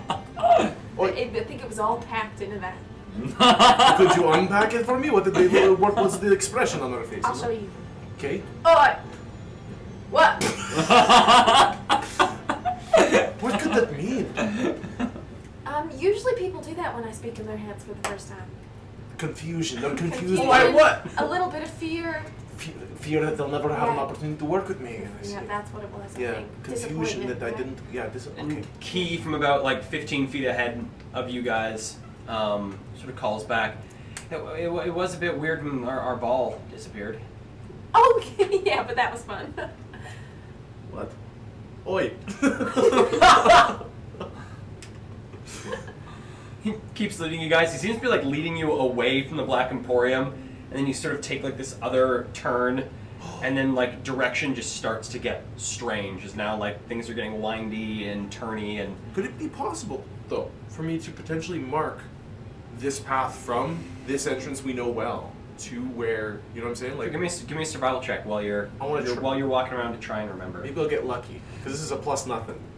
It's a natural 20. No. It's, Wow. ladies and gentlemen, I don't lie. Last episode was my episode for them. This one's yours. That's Okay, a so nat 20. Rex is giving a lot of attention to the surroundings, And- like keeping an eye on things and trying to like go like, okay, so it's this thing. Cracked stone, broken brick, cracked stone, broken brick, cracked stone, broken brick, red petals. And I like really lovingly. Blue petals, red petals. I'm actually gonna draw it though. Like I'm gonna pull out like a bit of graph. I think I might have that. Paper? Yeah. Yeah. I believe you have a notebook. And charcoal. So I'm going to really lovingly, kind of like, almost like a dragon's lair, kind of like draw this sort of serpentine way through. I'm not going to draw all the other tunnels, just the way that we're going. Okay. From that entrance where Jamie Lee Curtis was, Mhm. all the way to where we're going. Okay. Yeah. So you guys just follow Key as he leads you through? Mm-hmm. Okay. So it takes you guys probably the better part of about like 20 minutes, another 20 minutes through the sewers. Lots of questions. Asking lots of questions, Key having very few answers. As you make your way through the sewers and finally come up to sort of like a nondescript wall, and Key sort of feels in his pockets and like turns back towards you, and you like see the horror begin to like just fall over his face. What?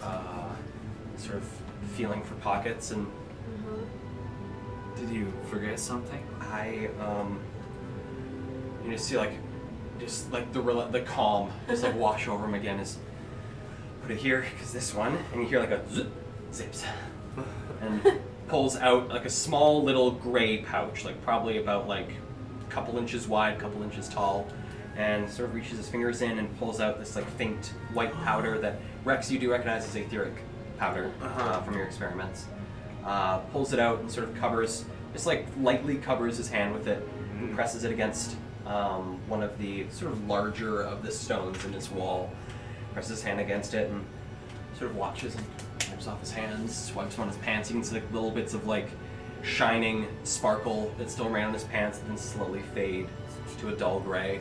He sort of looks at the wall and the handprint fades, then almost like sinks into the wall as the bricks and stones begin to like slide themselves aside, sort of Diagon Alley-esque as they like slide themselves aside, making this corridor through the wall. All right, best of luck to you guys, and Oh, you're not coming?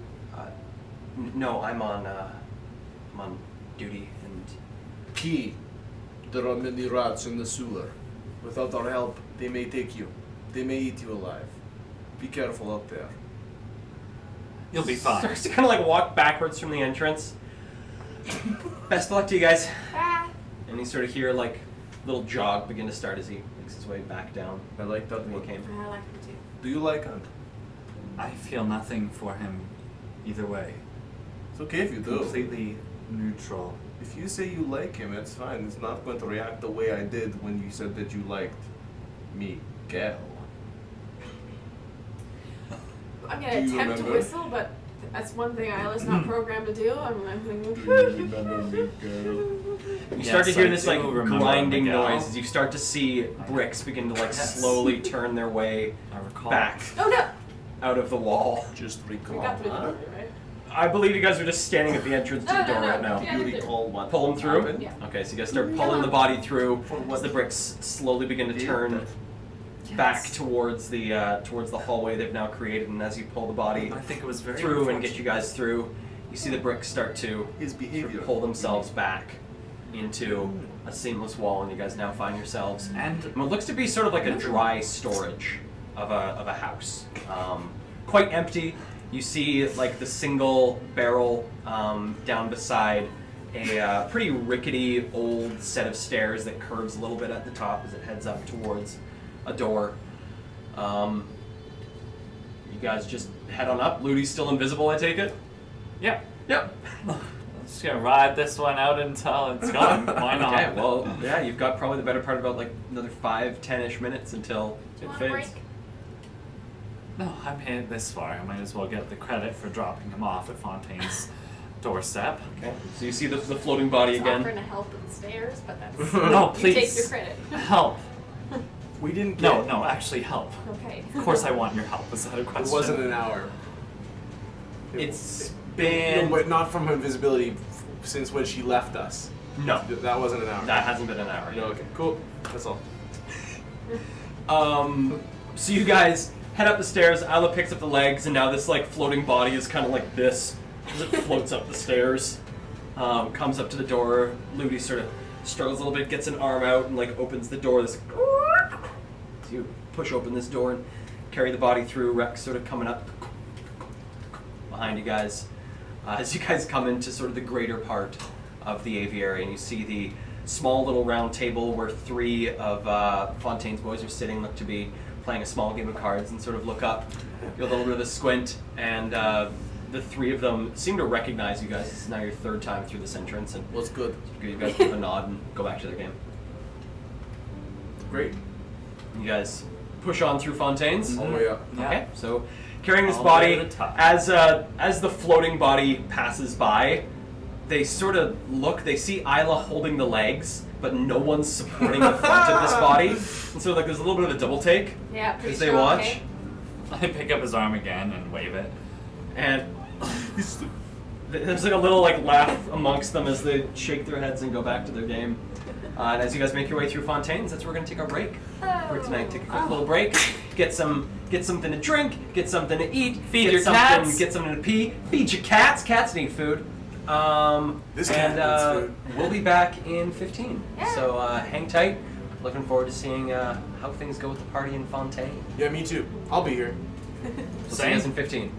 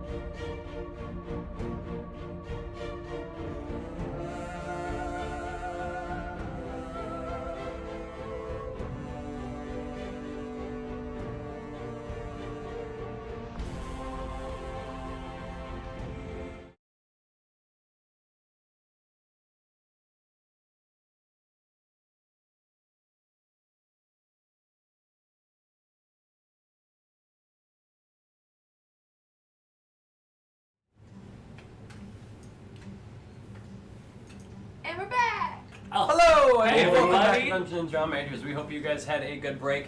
We sure did. Yeah. It's pretty. Can't confirm. Pretty solid. It was dope. So Not really. where we left things off, the party was just making their way into the aviary, into Fontaine's base in the mid district, and we are going to pick up with the party just heading up the stairs to Fontaine's room, sort of up this large staircase. Got the two bouncers, one on either side, and the I believe still half floating body. Yes, yeah, I'm still invisible. Yeah. Yeah. I'm gonna have just a hand securely on Ludi's lower back to make sure I know where he is, so, Okay. so my anxiety doesn't increase. Okay. Yeah. So Ludi sort of following in the back. Isla's got the legs under her arms in the front, walking forward. Rex has got a hand on Ludi's back. Of the two guards that are up at the top of the stairs, you only recognize one of them, Arnold, from your last visit Oh, yeah. here at the aviary at Fontaine's base, and he looks down. Oi! How's you got that going on? Oh, I'm here, Arnold. I'm just invisible at the moment. And I move my mouth in You perfect what? unison with that. I'm just crazy strong. Look at what I can do. Don't believe He it. he leans back against the wall. I mean, that's mighty impressive. You're pretty. He still seems to be like trying to like look and see like Don't where's like question it. are there like beams or something that you're using? And, Yeah, okay, I'm gonna drop the Alright. invisibility. okay, so Ludi carrying the body drops into. Oh, that makes sense. That makes sense. Pretty neat trick. How did actually. you do that? That is. With willpower? Quite I useful. don't know. Uh, You you didn't hit even say somebody. the spell words backwards. Fantastic. Should we bring this in with us, or do you want to hang on to him God while we talk to her first? Mazul. Is Close is a It's not one of guided? ours. He's here involuntarily, gagged, and blindfolded. As you I can see. Can see that. Yeah. Yeah, so do you want to hold on to him, or should we just bring him on in? Well, is the lady expecting them? No. Um, Well, she asked for information. And is there information? I think he's got it. Tell you what, you two stay hanging. I will go and feel it out. Arnold, may I? It gives you like a You know the lead. You know the little lady. motion. gives like a couple like dum dum dum on the door. Oh my god. And waits my for a heart sec. is racing. Holy cow. And you hear like a single dum from inside. All right, yeah, you can go in. No, what And if she doesn't door open like it? What if she's angry with us? as it like swings open. You can see the room begin to open up in front of you. This almost like a study that has been repurposed into Fontaine's main room. At the far end of the room, on like a little bit of a spot that rises slightly from the regular space of the room. Sure. There's Fontaine sitting on her chair with a couple of the various little like desks and things around her. And excuse you to come in. Rex, very good to see you. And I take it your friends are in tow, or did things go poorly? Billy, they'll be I close the door. they'll Oh. be here in just a second. Mademoiselle Fontaine, it is really, really nice to see you. And I kind of look back at the door and see if I hear any voices coming from the other side. I just speak to Lady. I'm confused because, well, I'm the one that heard everything, right? So why are we outside? I'm not sure. I think he's just humor him for a second. Trip went excellently. There is just one quick question. Everything went according to plan. We killed several people. Myself, actually, I killed quite a few. I killed 2 or 3, if I recall correctly. If he's taking credit for all my kills in there, took- I'm gonna freaking I slay stabbed- him Sigil. Stabbed someone with the sword cane back through the face. I shot someone in the head. They didn't die from it, and then I kept going. They eventually died, and they died. Really, I'm just wondering though if one of them didn't die. You know, if I intentionally didn't kill them. The point, Rex.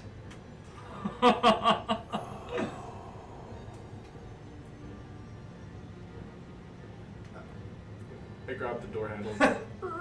Okay, opening up the door. There's Isla and Ludi talking to Arnold, body like held between the two of them. And with the door kind of held up to my face, I just go, Door opens up. we brought the stagehand. Is that? And she stands up and looks, and you see Sigil actually follow behind her a little bit and look forward. Sigil. Oh, hey, Sigil. I Sigil. give her a bounce. He gives you guys a nod. Not him. Bow to Fontaine. She takes a couple steps down towards you guys as you guys are standing at the door holding the body. Do you come in the room? Do you remain outside? Would you like us to leave him out here with Arnold and talk first, or would you like us to bring him in?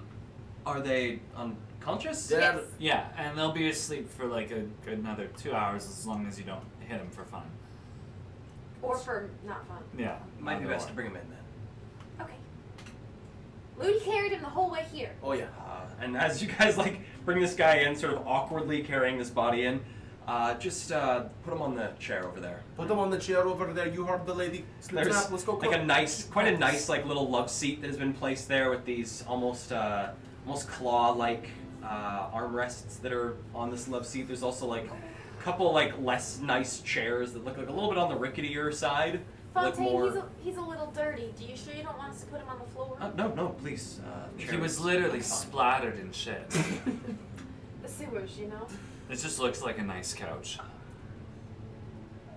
Lean him against the wall. Okay. there. Okay. You heard the lady against the wall. Come on.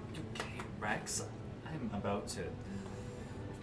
All right. So, Mademoiselle Fontaine, thank you so very much for the opportunity. I would now like to direct your attention to Ayla. She has information. I hope, and I kind of like give like a I don't know what the fuck you're about to say. Look. She gives like a quick look at Sigil and like a little hand motion towards the guy that's unconscious against the wall, and Sigil gives her a nod and sort of takes like a little bit of a wide path around you guys to the guy against the wall. Or kind of regarding Sigil. Information about the events of the theater visit.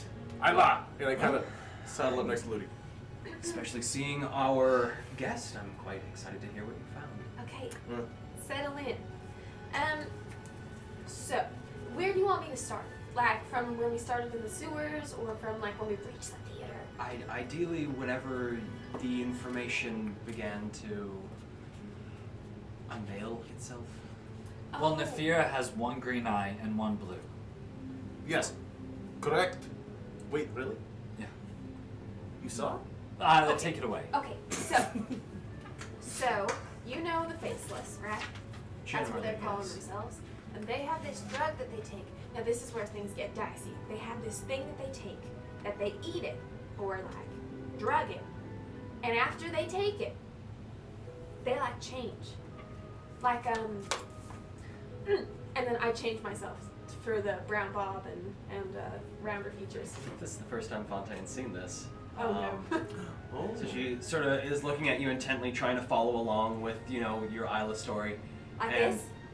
Sort of sees the change happen, and eyes go wide a sec, and Sigil sort of checking out this body a little bit, glancing back to listen, sees like from behind your hair change, and Fontaine.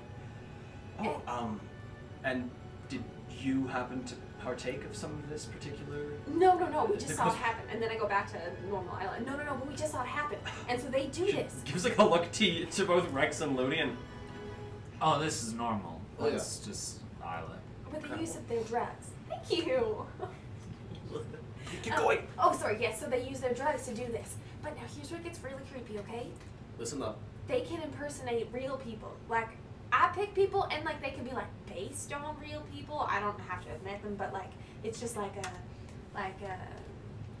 shadow of the person, right? Like a flavor of someone, but not the actual person. But they Yes. can be the person. Wait.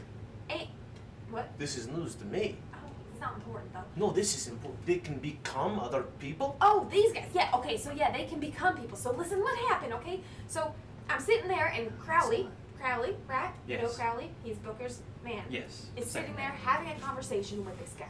And they are talking, and they're like talking business. And Crowley, a little, I wouldn't have sent him. I'll just say that. Crowley's a good person. Was. So they're having this conversation. She's like now a little bit more. I saw him Basically- get killed. Right in front of me. Crowley's dead. Crowley's dead. Yeah. And two of the men he had with him. But here's the thing, okay? So they're having this conversation. I'll tell you about what they said later. But after the conversation, they were like making a deal. And some of the Faceless guys were leading out Crowley and his men. And then they killed them. But they turned into Crowley and his men. Like on command. They were like, that's what I'm gonna look like. And not only that, but they had their voices too, so they could look and sound like the real guys, even though they were already gone. And so I think they just had to like study them for a period of time. You need to know something. That's no magic. That's a skill. It's drugs. No, not drug. I'm saying to be able to impersonate someone, you could. It might be the drug, but that just sounds to me like professional performers. Believe me, I would know. I can do it too. Like, for example, I can sound just like Fontaine. I've heard her talk enough. But I'm not her. Could look like her. And then I cast disguise self. You touch me, you know I'm not Fontaine. I'm just Rex. Yeah. Fades away. But these guys like do a really convincing job of it, right? And well, they're not only that, but so okay, they can do that. They killed Crowley and his two guys, but they left the theater looking like them. And not only did they do it, but Lady Nefira, have you ever heard of her? No, Rex and I, we killed the people that could look like Crowley. Yes, but Lady Nefira, have you ever heard of her? Generally, yes. Leader of Faceless. Beautiful sombrero. Yeah. Very badass woman. But don't worry, you are still the coolest woman in crime. Smiles. You flatter me. But she, you know, made my heart stop for a second. I was pretty scared.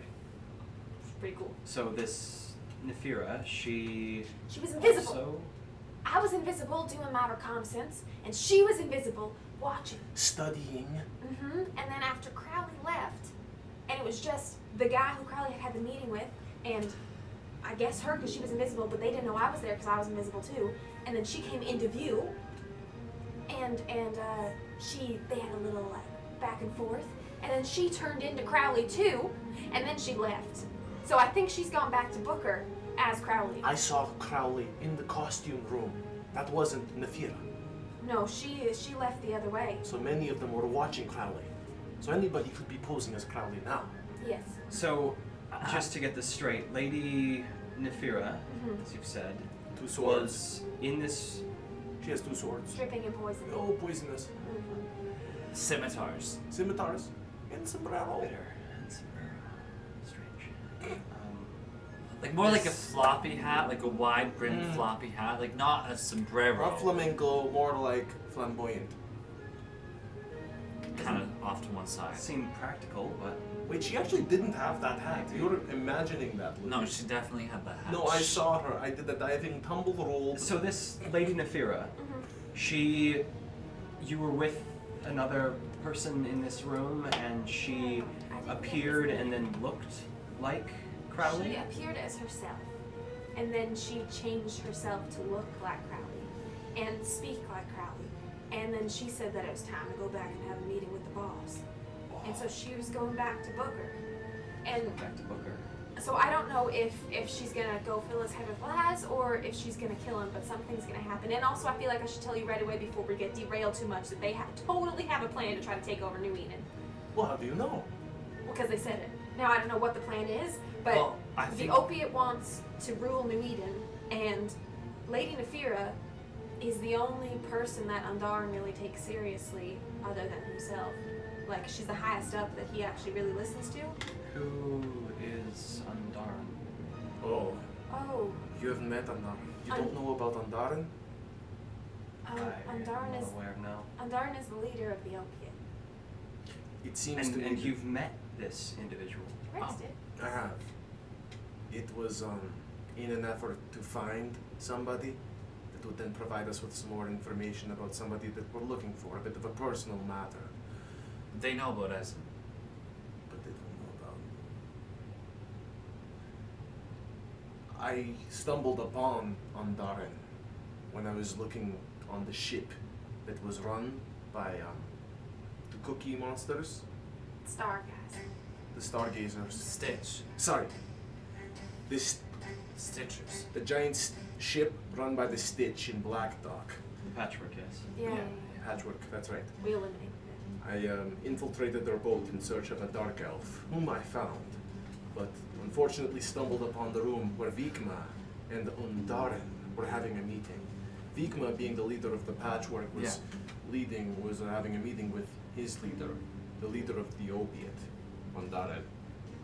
And so you were saying this Undaran character, the leader of the opiate, he has some special relationship with Nefira? He's a very powerful and scary man. And from what I could gather from this conversation, she's the leader of one of the drug. Yes, the Faceless. Yes. Faceless. Like and there's Vigma. multiple of those. But whereas Andaran sort of thought of Vigma as a fly he could swat away, he put some stake in Lady Nefira. And he should. She was scary. If Vigma was as much of a threat to New Eden as he was, and wasn't someone who Undaran put much value into, I'm definitely interested to see what this Nefira has planned. Oh my god. From I just remembered something. I didn't hear much. We were split up in the room. But one thing I did hear, and I think this was the real Crowley who said it, is that, maybe you heard this too, that they have a plan to meet with the Weavers. Reavers. The That's Reavers. another thing I was going to ask. Do you know who that is? Because I think it's the Reavers. Yeah. No. I'm assuming it's another gang like the Faceless or the Patchwork, but I don't know. I'd like to recall if when we heard about the opiate, if the Reavers were part of the association. Give me a history check. Okay.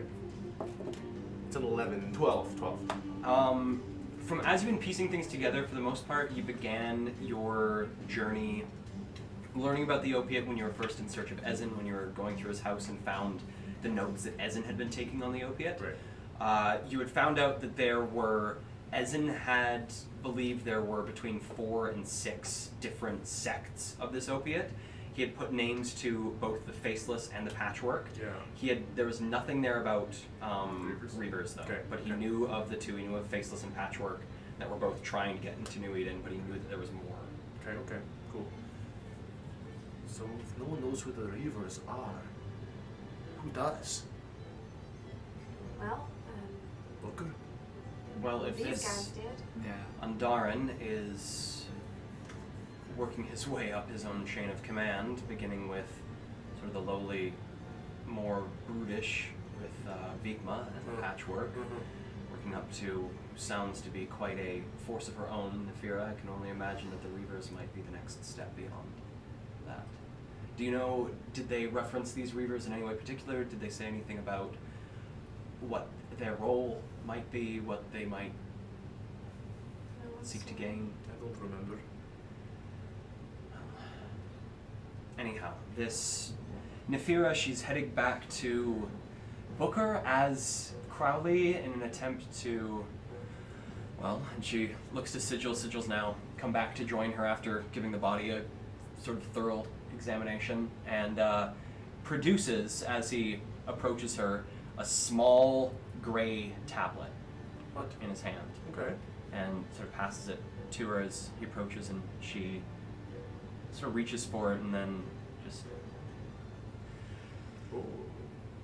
it would appear that, well, if Nefira has plans to use Booker and his men as a foothold in New Eden, and if she was as brutal as she was with Crowley, and from what you've told me, it sounds only that this was the plan all along. It doesn't sound like Crowley said anything in particular to bring about this, or that anything was different. This seems to be well thought out.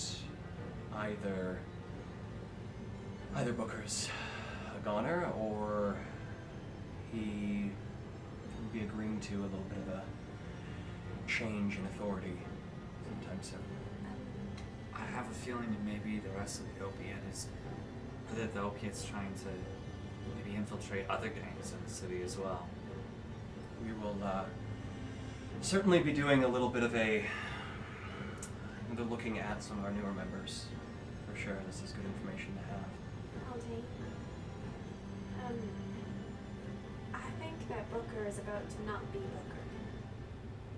I don't think he's going to disappear, but I think he'll be replaced. See some of the color kind of fade from her face. I know that you possibly have a complicated relationship with him,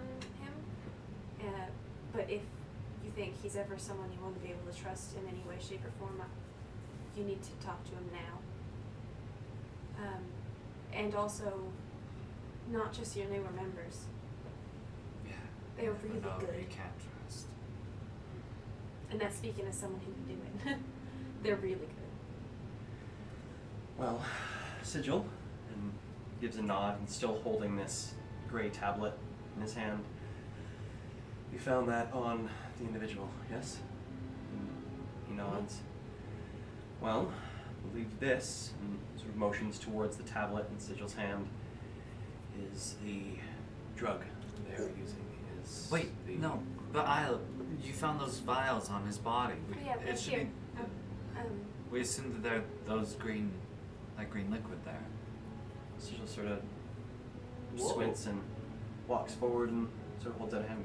May I? I also walk forward and like witness the exchange. So he takes them in hand. These are, in his hand, these are like some very, very small little vials, and he sort of takes a look at them and I kind of scoot up next to Sigil. gives another one, gives one of them like a quick little uncork and Do you mind if I?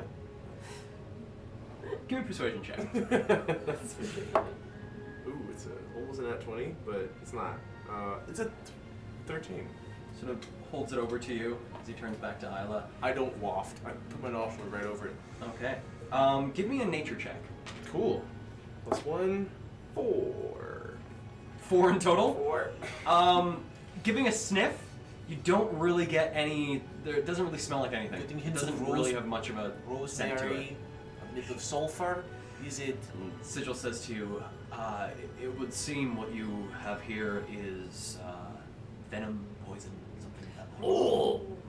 And then recorks the bottle and hands it Thank back to you. you. Must be careful with that.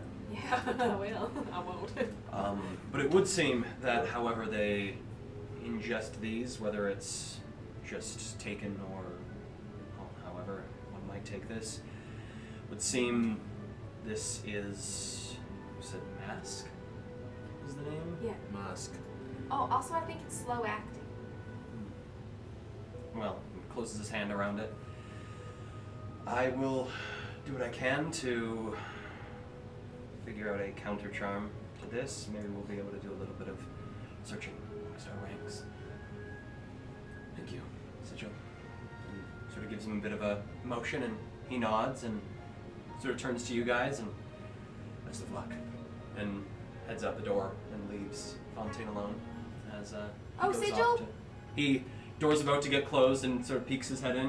I just want to say once again, great work. Your rock map is so cool. So cool. Can we keep it? And I have it. As he leaves, sort of like flicks his hand, and you see the blue that's on the rock fades off. It was just a rock.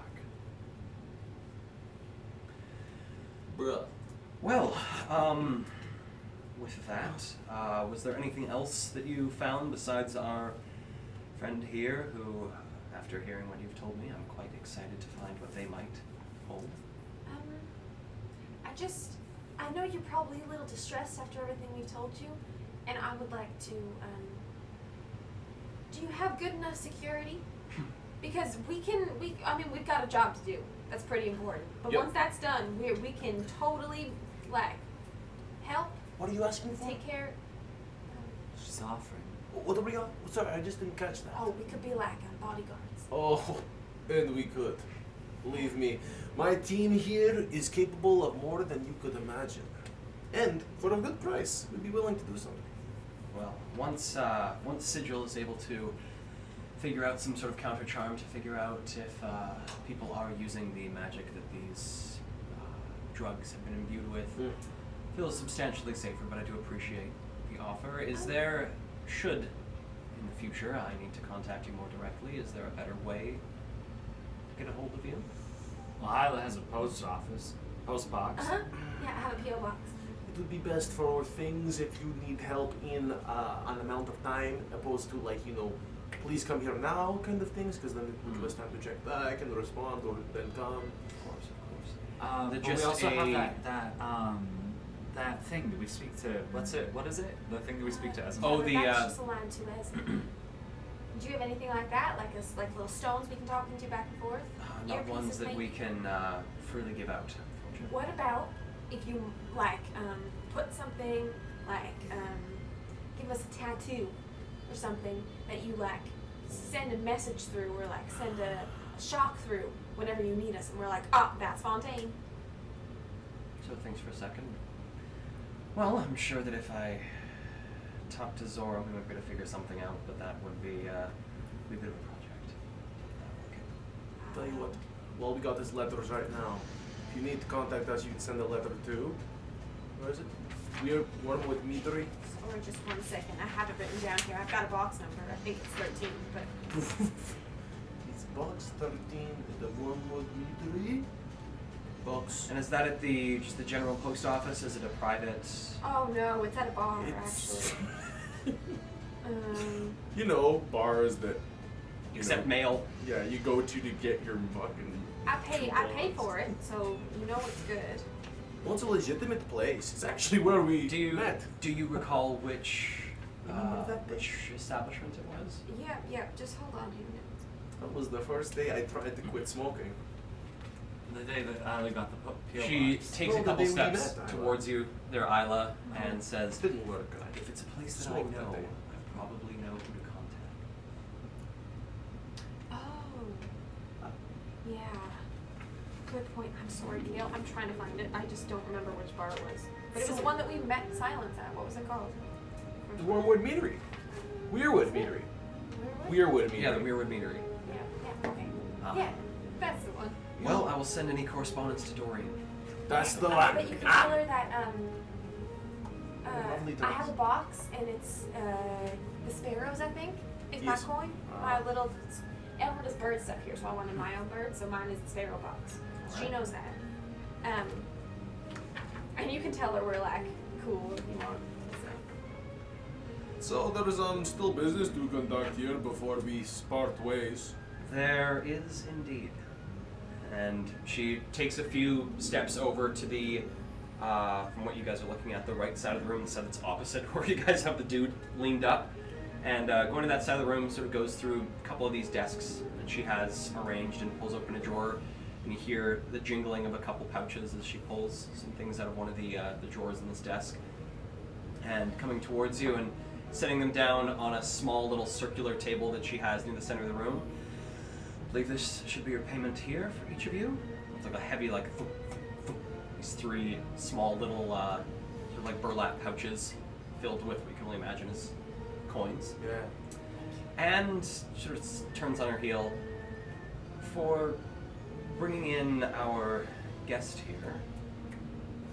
I do have a handful of items that she begins to sort of loop around behind where like her desk and chair is, and pulls out like a sort of like this long box. Cool. Pulls it out and brings it over to the circular table and pulls what looks to be like a small little like silk cloth off the top of this box and reveals quite a nice, like this really fine wooden box that she has, and gives the latches a couple of clicks and holds the top. There were a number of items that we acquired on a raid of an overseer jailhouse a number of weeks ago, things that had been taken as magical contraband. And I see that it should only be fair that as you have brought me a gift, that as a gesture of goodwill, I bestow upon you something gift-like as well. Yeah, And I like she you so much. flicks open this sort of like long wooden chest, and you see in it on sort of this like black, almost like this pillow-like thing at the very center of the box. You see. Where does my music keep going? Music. But you see on this, in this box, there are 5 items. You see one that is like a small, transparent silver needle that appears to be filled with like this black ink. The one beside it looks to be like this heavily folded piece of cloth that, as you look at it, sort of like shifts to like a dark bluish color to blend in with the box, and like the color almost turns to like a deepish green. The one beside that, you see this like black crystal. It's sort of like sitting at like a bit of an angle. It seems to be jagged in a lot of places. Next to that, you see another one of these transparent silver needles. This one is instead filled with like a greenish ink. And then lastly, at the very end of the box, is a small, probably about like, I don't know, couple inch wide, couple inch diameter ruby is at the end of the box. And As it clicks it open to you guys. as our faces are lit from below from the camera angle that is coming out of the box. The light. Yeah. And just like kind of underglow. I kind of like look over my shoulder. I'm just imagining who's the guy who directed Fantastic Mr. Fox in the Royal Tenenbaums. Oh. You know the. Oh. Oh come on. Oh come on. Didn't he do Grand Budapest Hotel? Yes. Grand Budapest Oh my Hotel. God. Come on, Janto, Jeff. Who directed? Oh my god. I'm imagining one of those framed shots from below. Yeah. Come on. Come on, guys! This is a really famous. I know. Director. It's Owen Wilson and. It's a very specific. He has this very Yeah, he's got- very like this person. Yeah, was I this know thing. him. And he also did Moonrise Kingdom. It's Wes Anderson. whoa. Oh So- my god. Yeah, I'm imagining a Wes Anderson-esque like all of us peek into the box full of loot and it's coming from below and we're kind of lit like by a glow, and I just look over my shoulder and go, so which district did you say that this barracks was in? This was actually it was found in a mid-district barracks. No kidding. Did I say that one right? No kidding? That's correct. Do you know what any of these do? I have a general idea from the small descriptions that Sigil gave me when he brought these here. These were initially more meant for sort of personal experimentation, but I'm more than happy to lend them to. Well, I'm quite happy to have begun to count on someone. This one, she motions towards the first one, which is the silver needle with the black ink, appears to be something that I know Zoram has had some difficulty replicating. So I believe this one is a bit of a rarer piece, probably from the West Cliff, something along those lines. When pressed against the skin, this will imprint a tattoo on your body. This one, from what I've heard, usually manifests in claw-like appearances or things that are jagged, the like. And I've heard that it has ways of enhancing your strikes and allows you to reach opponents and quarry that might be a little bit out of your reach with your attacks. This one, and motions towards like the heavily folded piece of fabric, is quite an interesting one that I was quite curious about myself. It is a cloak. It's been imbued with Aetheris itself and has a way of shifting its color to blend into the surroundings around you and allow you to avoid many a peering eye. This one, and motioning towards the dark crystal, is a bit of a peculiar one. The individual that we had acquire this particular item from the barracks was a little bit strange for a couple days after interacting with this one, so I would maybe be a bit cautious. It seems to have been touched by something not of this world. And as you sort of look at it, Rex, you feel this pull towards the item, and almost like a hunger in the pit of your stomach. So we'll be careful. I've heard it has some otherworldly abilities that might have some way of enhancing one's effectiveness against their adversaries. Really? This one, and motions towards the other silver needle, this one with the green ink, is similar to the one before, one that has been acquired from an experimenter in the West Cliffs.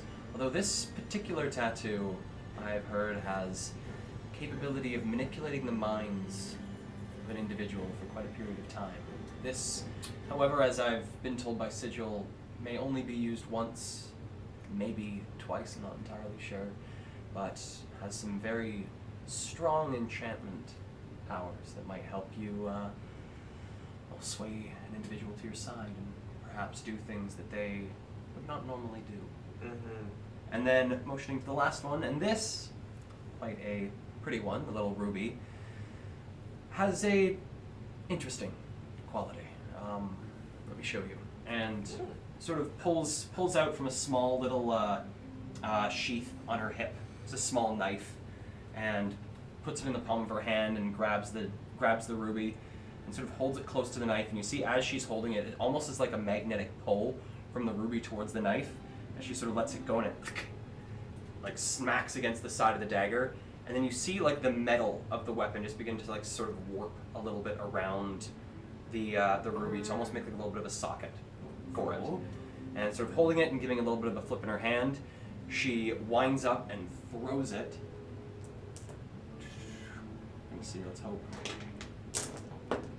Yep, throws it and it lands just probably like 3-ish feet above where the faceless is currently unconscious, sleeping, and sort of like sticks into the wall with like a little bit of boom.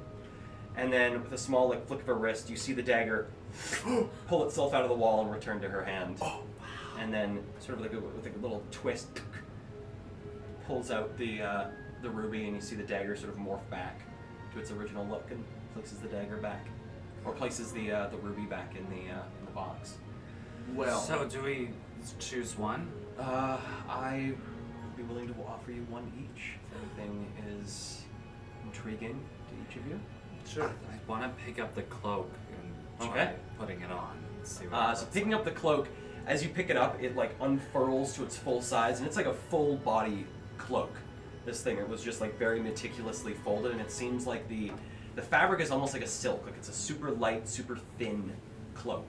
Mhm. And as you unfurl it, you can see like it's these dark shades, these like almost near black shades of what seems to be like a blue, and then in places it fades to almost like this like deep red, and like some like very deep forest greens. As it sort of like is shifting, almost like an oil puddle. This thing's like wow. shifting like these very It's deep, opalescent. dark. It's opalescent. Oh. These like very deep, dark colors, and then hanging from a small silver chain. That's sort of the clasp for the cloak.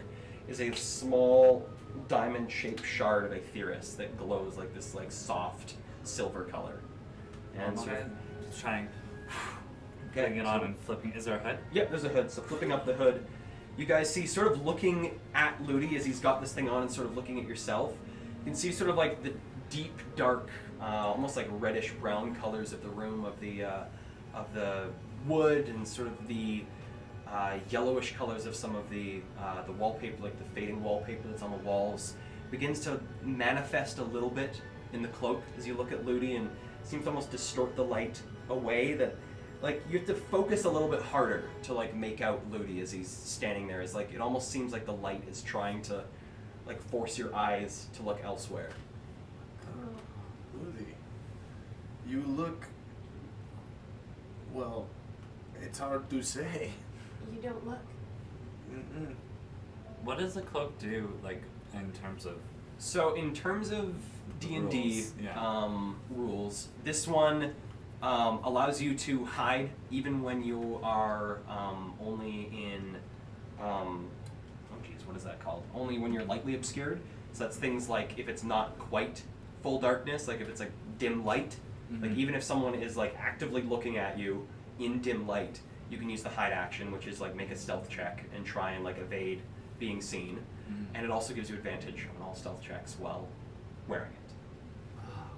That's What big. would happen if you wore it while you were fighting?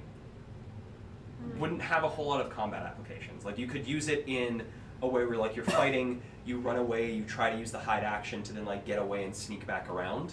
Is sort of a way you could use it in combat. But if you were like right in front of someone and actively fighting them, you were most likely not lightly obscured, and so they would still be able to see you if you tried to hide. Okay. I take it off, and I examine it, and then I fold it back up and I set it down for a second. I'm not sure if Okay. I want it or not, or if anyone else does. Anything catching anyone's eye? Can I try that thing? The ruby? Of course. And she sort of motions for you to try it. I make sure she's looking Mm-hmm. too, and I take my dagger out of my garter, Out of your garter. and try to. Yeah, you just like you feel as you like bring it close, like you sort of bring this gem close to it, and you've handled gems and jewelry and such like that in your life, and holding it, you're kind of just expecting it to be like a precious stone. As you bring it there, like you really feel like the magnetic pull until like you can't quite hold it anymore, and it just against the dagger, and then you watch as like the metal of the dagger moves just slightly to make this socket. Can I? Okay, give me a roll to hit. Are you aiming? Are you aiming for the wall that the guy is sitting against, or just the opposite wall? The wall the guy's sitting against. Okay. Oh, it's fine. It's also a +2. You get a +2 to hit with it. +2. Wow. Okay, that is a 22. 22. Okay, so you That's good. throw it and you get like maybe 5 centimeters away from the small little like hole in the wall from where Fontaine threw hers, and your dagger hits this like long thin blade and sort of like wiggles a little bit. And as you sort of watch it wiggle, it just whoop, and like comes back to your hand. And as you're holding it, you're sort of like trying to catch it, and then see that the dagger sort of like shifts and moves itself, so it just like flows into your hand effortlessly. Well, Oh, that's cool. And pulling out the gem, you see the metal reform itself. So that one, for D&D purposes, Yes. the way that it's called a Ruby of Return. And pretty well what it does is it gives, you affix it to any weapon that has the thrown property, so daggers have the thrown property. And it gives the weapon a +2 to both its attack and damage rolls, and after it has been thrown, it immediately returns to your hand at the end of your turn. Cool. Cool. Very cool. That's cool.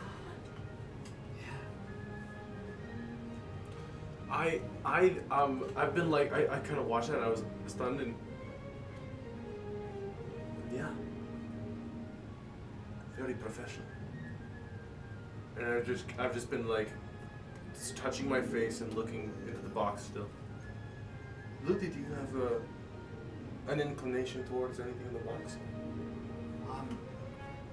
Just trying to wrap my head around the tattoo, the one that extends your reach. Reach.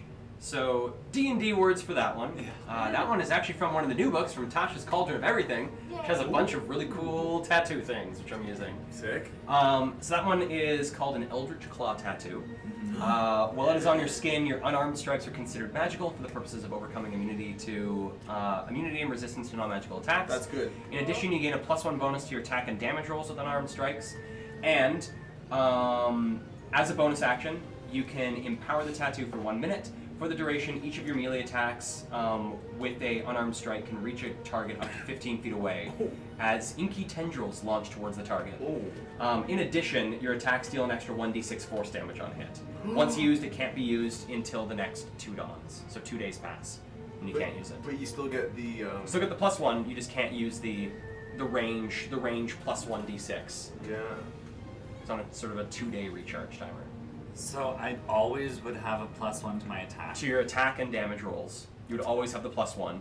Oh. And then once per 2 days, Yeah. you can, for a minute, so for 10 rounds of combat, Yeah. pretty well at combat, your unarmed strikes have a range of 15 feet and deal an extra 1d6 force damage. Wow.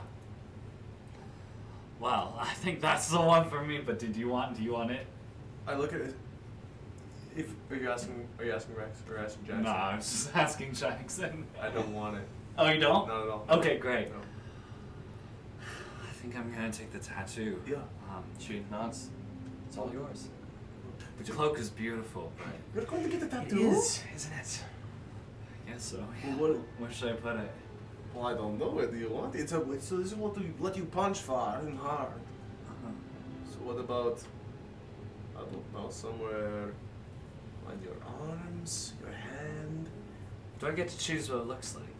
You do. It does have a tendency to, as I've been told, manifest in sort of claw-like looks or more jagged shapes, but I do believe that the user has quite a bit of control over how it manifests. You guys, sorry, I just want to interrupt really quickly. Yes. Our wonderful, beautiful friend Sheldon just raided us with Hey! a bunch of people. Oh, Hey, Sheldon. how's it going, Sheldon? Hello, Yade. We love you. We miss you very much. We miss you very much. So Yade doesn't just like come and look in the room and go, "Hey guys." Jade pops out of invisibility for the first time in, what has it been, like 3-4 months now? Yeah. I've been here the whole time. I look down and go, "Good to see you." Pops back in, goes away. Beautiful. Yeah, I'm gonna take the tattoo, the tattoo needle. Okay. So taking it in hand Yeah. and pressing it against your skin, you watch as the ink, like the black ink from within this needle, like there's no, it doesn't actually go into your skin. It's just like this, not quite dull, but not needle sharp needle. You press against your skin and you watch as the ink flows from out of the needle and almost just like pools on your skin. And it looks like it's just sort of pooling on top, but as you sort of like run a hand over it, you see that like it's pooling but under your skin. And as you sort of focus on the tattoo, it forms into whatever shape you want. Oh man. It just has to be either somewhat claw-like or a little bit jagged. Are the only. Okay. It's a white claw. A white claw. A white claw. Okay, think about it for a second. You can as you're looking at it, you're just like you see like the ink just sort of swirl and move. As I'm watching that, in a flash, I go, "Give me that black thing on the." I mean, I would sort of kind of look around the room to see if anybody just like kind of noticed me. Fontaine is like very, very intensely like keeping her eye on you. Yeah. Pardon me. I'm just really appreciative of all the generosity. Well, you are more than welcome to it. Yeah. Where you said the person who touched it before, they what happened to them? They were just strange, just Right. constantly looking over their shoulder. Said they heard something. Hence why I began to be a little bit more hesitant about the use of this one, though I've also heard that the beings from beyond are quite powerful, quite influential, and it wouldn't be necessarily a bad thing to tap into that. So you offer the opportunity because you think that it could be beneficial then. I do. It could be beneficial then. As I reach forward, I'm just whispering to myself, it could be beneficial. And I'm just gonna clutch it with my hand. Okay. Not lift it and just hold it. So as you hold it, you feel like almost you almost become like very aware of the blood in your veins as you're holding this, and you can feel the blood rush to your hand, and you can feel like almost what feels like your blood coming out of your palm and into this item, but like giving a look at your hand, like there's no blood, there's no anything. It's just this sensation of something flowing through your body into this item. And I'm, without like pulling it towards me, I'm just gonna like turn my hand up to look at the bottom of it. Okay. Turning it over to look at the bottom of it. This object, what at first looked to be like a black crystal, now as you move it, you see that although it's this like weird jagged crystal formation, it seems to almost have like these like dark clouds that are always sort of moving and billowing within it. But it's just, it's almost as if the clouds completely fill this crystal, and so only sometimes you can see that there is something within it, and besides that it's just a pitch black rock, but there's like something moving within this stone. And I kind of pull it slowly towards me and think to myself, Belial, I have brought you your quarry. It's been a long time. You feel a connection to something beyond as you look at this item, and you sort of like see for a moment as you focus on this, you see like a flash in your eye of your cane sword, but with the dragon head just pitch black. Yeah. And then when I snap back, I have my mouth like open towards it, and then I look around and I'm just holding it now. Okay. Close my mouth and sort of wipe my nose and say, I'll look into this. I'm actually currently, and I put it in my coat pocket, researching things of that nature. And Isla, is there anything that... Can I have this? You know, some people call me Ruby. That seems a fitting choice. Well, and closes the box, closing back the cloak and the other tattoo needle within this box, and sort of slides it a little bit over the table. motioning towards the small little bags on the table. That is your base payment, what you were owed simply for the job itself. Thank you. Do you need any help with the guy? I believe Sigil and I will, we'll have a good talk. Okay. Oh. I hate to say it, but you should be careful of anybody that you allow into your... allow near you. Well, I appreciate your concern. I'll be careful. And with that, is there anything else I can help the three of you with? I'm quite appreciative of the help that you have offered me, but I do have other pressing matters I must get to. Well, I've got to know. Do you plan on Xing that fellow once you've spoken with him?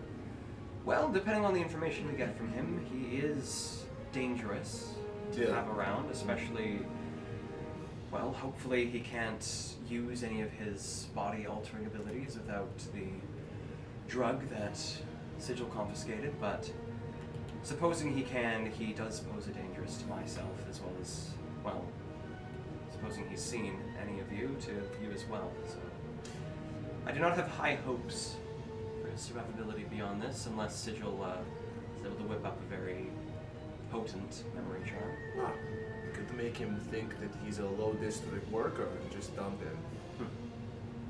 It's a possibility. He knows me and didn't hear me talk, but if you talk to him long enough, he might pick up a thing or two. And that could be treacherous. Well, we should be careful. Right. Other than that, I think that me and my compatriots are more than satisfied with payment and gifts and working relationship. Thank you. Thank you. Becoming quite nice. A small group of people I can count on. Well, let's hope it stays that way. Tis joke. She gives you a bit of a nod and, well, Oh, you want us to? that's all. Yeah. She gives like a pair of knocks on the table, and you see the door to open up, and Arnold peeks in. You okay, missus? And she gives him a nod. All right. Well, guys ready to leave? And sort of holds the door open and takes a step back.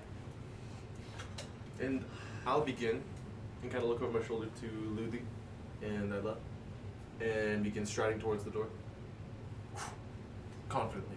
Okay, bye, Fontaine. We'll miss you. She gives you a nod. Best of luck out there. Okay. So cool. And as you leave, gives you a bit of a wave as the door closes behind you. Where would you guys like to go? Well, it is that's now good. 11 p.m., so it's quite late. Tomorrow is the day that Ezen is supposed to contact you about the Ludi's mom Oh my god. situation. Wow. Is there any reason why we can't go back to our house? I feel like that's the best place to prepare for tomorrow. Okay. And like a night at home? Me too. Oh, I'd like to stop by the meadery too, just so I can check on my box. Yeah, it's pretty close. Meadery is in the middle district. Yeah, it's right by your place, right? Yeah. It's of course. It's within stumble distance. Stagger distance. Why don't we, say, have a pint or two to celebrate? That was a job well done. And I want to say to both of you, you nailed it. I just, I'm all bark and no bite, as you can clearly see from that interaction. It's you that are the big dogs. I just have to say. And it made me think that this payment, and I like hold the pouch that I have, I say, just doesn't feel earned, personally. Thanks. You contributed just as much as Isla, right? Well, I touched you and what Zulme got twice. Although it was necessary, all I'm saying is that I kind of think that we could maybe put this to good use if I could invest in us, is what I'm saying. And that tattoo of yours gave me an idea. Maybe Zoran could hook us up with something like you're recommending. A tattoo that would let us, Speak to each other. maybe. Cool. So maybe we swing by Zoran and see what he can do. Okay, Zorm's in the Black Emporium, right? Yeah, we could dip in. Okay. We're not wanted there. Yet. Why don't we go tomorrow in the morning before we hear back from Essen? That's an idea. So home we go, It's or late. we are wood. Well, we can go to your house because I sleep a lot less than you guys, so And then I you- can just go when you're sleeping. I like that. I could use some of Me that. three. Oh. Also, we are incredibly wanted, so Yeah. The less we mull about. probably for the best. Yeah. Aye. Yeah. Okay. And I love. Yep. That too. And as I go, yep. I take my hand off my money pouch, put it away in a bag, and my hand goes straight to that crystal into my pocket, and I just Okay. hold on to it. Usually the hand that would be holding Ludi's hand, and I'm just gonna walk ahead, holding onto that thing as I move. And Awesome. I guess we'll leave probably the aviary out the Out the back door. yeah, and then we'll take back roads like we usually do. Sounds to good, sounds avoid good. prying eyes. Okay. So making your way down out the back door. Oh, as we go out the back door, I begrudgingly slip my top hat on, Oh yeah.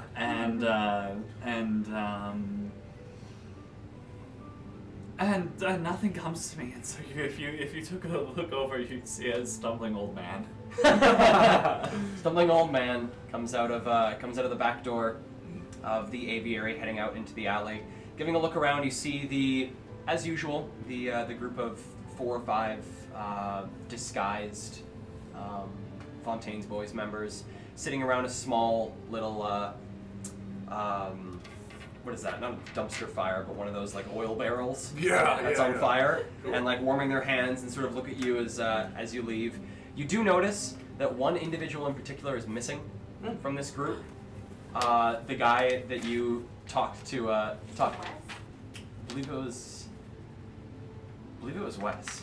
It was Wes, right? Was the name of the gentleman, which was actually really funny because we were talking about Wes Anderson today. But I believe it was Wes was the guy that you complained about last time you were through. You do notice that there is a Wes missing. Oh no! Back here. fired. So whether he was fired or whether he was just moved to another job, somewhere where he fits better, he is not back guarding the doors. You guys leave, head through the alley, and sort of rejoin the street, which at this point at 11 p.m., the street lights have now turned on. So there's now sort of these 60, 70 foot auras of light along the streets with maybe like 5 feet in between them that are in like somewhat blackness. Yeah. As it is the rainy season, there is pretty well constant drizzle above ground in New Eden. I wanted to mention I would also love to disguise us to not draw attention. Okay. And an old man, obviously, what would go best with that is Jamie Lee Curtis. So I'll disguise myself as the tweaker. Okay. Yeah. That's the tweaker. Okay. And I'll just like have one hand in my pocket to and then the other I'm just gonna kind of keep fidgeting however I can until I keep up that act. Okay. So leaving out the front side of the aviary, sort of turn around and you can see like the flickering street lights on this street that the aviary is on, Bosky Lane, where most of these buildings here have been set up for like a demolition that has just never come. Right. So it's sort of these old, quite tall, almost like townhouse-like buildings made out of mostly like brick and wood. And as you guys round the corner, heading into down sort of like the main street of the mid-district that divides the district mostly in two, that allows most of the travel through. Is it called the mid lane? It's, I don't believe so. I believe it's called Main Street. Mid. Mid-main Main Street, mid-main main mode. But heading down that, you guys sort of leave this area and begin to enter more of the sort of common portion of the mid-district, where you see a lot of these small little shops and stores, all mostly bricked buildings with little sort of slightly glowing, almost neon signs in the windows that are powered by small little bits of Aetheris and the like. And you see these large towering townhouse-like buildings that are almost cookie cutter of each other, with small little changes in the style of roofing or the shingles or the way that a little bit of like the metal arching might curve and twist across these buildings, but makes like about like a 70, 80 foot wide, 80 foot tall sort of like corridor. You're pretty well walking down and like curves slightly as you make your way through the streets of New Eden, where the street lamps are sort of haloed a little bit from the rain that's falling. You can see things a little bit more, like you can see the rain more clearly because of the way the street lamps are positioned and the like, and small little puddles will begin to form on the gutters of these cobblestone streets. As you walk down, things are pretty unpopulated at 11 p.m. You do see a couple patrols of overseers walking about. They don't seem to take too much notice to you. They sort of give you like a little bit of a look as you walk by, but nothing more than just a like checking to see if you're someone they're supposed to be searching for, and then continuing on when they don't immediately notice anything. But after 10-ish minute walk and like a little bit of a dampness that is now sort of set in to your clothes, you guys arrive at your home, small house that is Rex. I believe this is your family home, correct? The Yes. home that you guys are living in. Yeah, Rex's old family home. grew up You guys sort of head into the alley and into the door on the side, and coming in, house is quiet, house is dry, just quite nice from the change of outside, And dark. and dark. Very Wait, dark. this isn't your family home. We got a flat, remember? You guys got a flat, and then you moved back here, because you guys do have a flat on the lower end of the mid-district. This is my family home, I think, right? Pretty sure. No. You guys had 2 homes. Okay. Yeah, because they figured out where Extenders? we figured out where the house was. Oh. So this was like our hide. Oh, okay. Well, the home has been paid off. It's a family home. Home Don't doesn't worry. have any mortgage. And You know, entering. we've been sending the bank a little mortgage payment every month. Entering, I kind of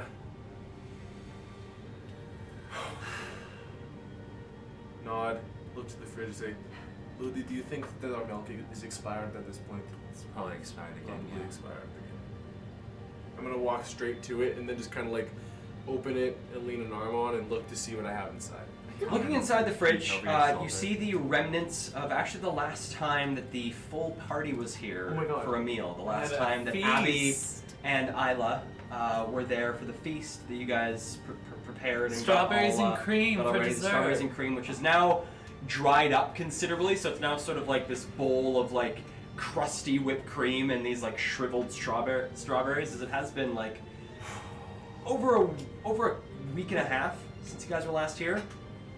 So things have dried out considerably. I lovingly reach in with my right hand, my left hand still occupied, and pull it out. I imagine there's no saran wrap on it. No. And I pull it out and I say, "You know what, you two? We not only lost the strongest arms and best eyes when Abby left, but the best cook too." I made the strawberries and cream. Oh, we've got the best cook then. Well, lucky I us. was not the best cook. Abby was definitely the best cook. And I'm going to kind of sniff it. Does it smell edible? It's It not. doesn't edible, smell Rex. like much because most of what would smell has dried up. I'm gonna like Squidward in the Krabby Patty episode of SpongeBob. Just Okay. No, I won't kiss you tonight if you eat that. and I look to Isla. I won't kiss you if you don't eat it. I go, "You see what I have to live with?" And I say, "Back in the fridge it goes." For your own good. Or the garbage. Garbage? The garbage. I can do that. I know where that is. And I put it on the counter, close the door. I'm just gonna leave it. Not the bowl and the garbage. The bowl goes in the sink. You see me? I just leave the bowl on the counter and immediately go up to the loft. Okay. Kind of absent-mindedly. I'm gonna start stress cleaning the kitchen. Okay. So a big day tomorrow. Ludi begins the work of sort of clearing off the counter and putting Rex's alchemical equipment more well arranged as it had been set up on the right side of the kitchen from the last time that you guys had used it to make lax. And Just appreciate that you didn't say drug lab. no, it's an alchemical lab. But pushing some of the stuff aside, you then start to clean the not thick but like dusting of dust that has sort of settled on a lot of things. And cleaning things up, making your way around the house, and checking on spots that you know that over the months have begun to leak, and checking into them and seeing like the small little like pans and pots that you've put under holes in the ceiling that have sort of filled up about like halfway with water, and giving those a bit of a dump outside and the like. Ludi begins the usual sort of checklist of things that you'd go through cleaning the house. I'm sweeping, I'm plumping pillows, I'm wiping counters, washing dishes, cleaning out the fridge, all that jazz. Okay. Isla, is there anything you do in particular? Hey, Ludi. Yeah? Last time I woke up here, me and Abby woke up and found Jane's note. Right there. Are you sad that I'm cleaning? No, I just think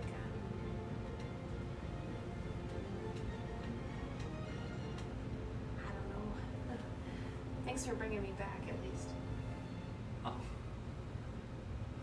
Do you still have the note? I never even heard it. Do you want to read it? Maybe another time. I'm distracted tonight. I call over the railing from the loft. Isla, you've always got a place to sleep here. Ludi will get you a pillow on the couch. Ludi, they're in the... I know where they're in. Thank you, honey. And I'm gonna start... Are you going to bed? No. And you see, I'm just like, you see kind of the woof of my coat as I throw it off, like, and onto the bed on the foot locker at the end. I'm just gonna, like, take off that gauntlet, take off all my shit. So I just have, like, my pants, my boots, and my shirt on. Cool.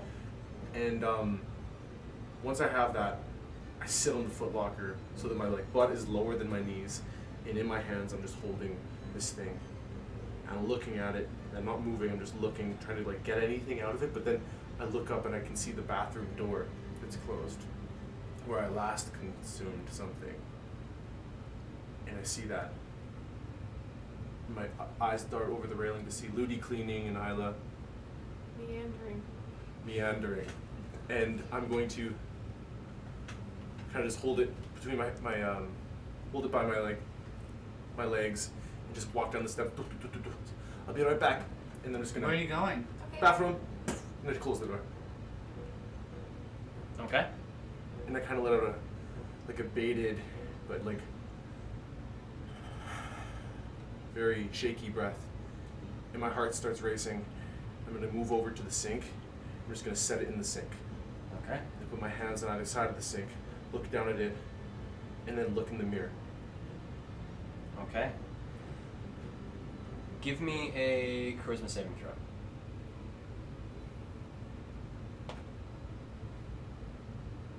I have proficiency in this. So while I did roll a 5, I get a 13. Okay. Looking in the mirror, sort of focusing on this item and looking in the mirror, you see not quite these white eyes, more than just the rest of the mirror is shadow except for these two sort of these almost draconic eye shapes in the mirror, not yours. As you look in the mirror, you see like the shadow sort of like moves a little bit, like as you move your head, it seems to be following your movements. And the shadows sort of coalesce a little bit more into more of like a draconic face with scales and fins and the like. And as you watch this shadowy thing, you see it sort of move back a bit from the mirror, and you can see more of the shape of whatever this thing is. You can see it doesn't really take a full humanoid shape.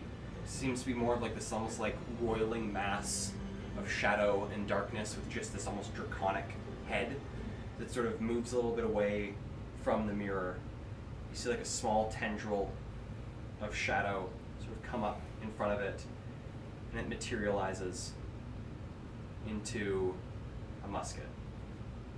And just sort of holds it there, the musket sort of like spinning in the air as the creature sort of looks back at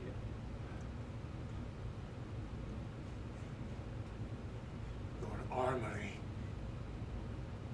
You're gifting this from your armory. And I take one hand off the sink shakily. And I just close my eyes. I grab it. Okay, reaching forward to grab, like reach through the mirror, your hand presses against the mirror.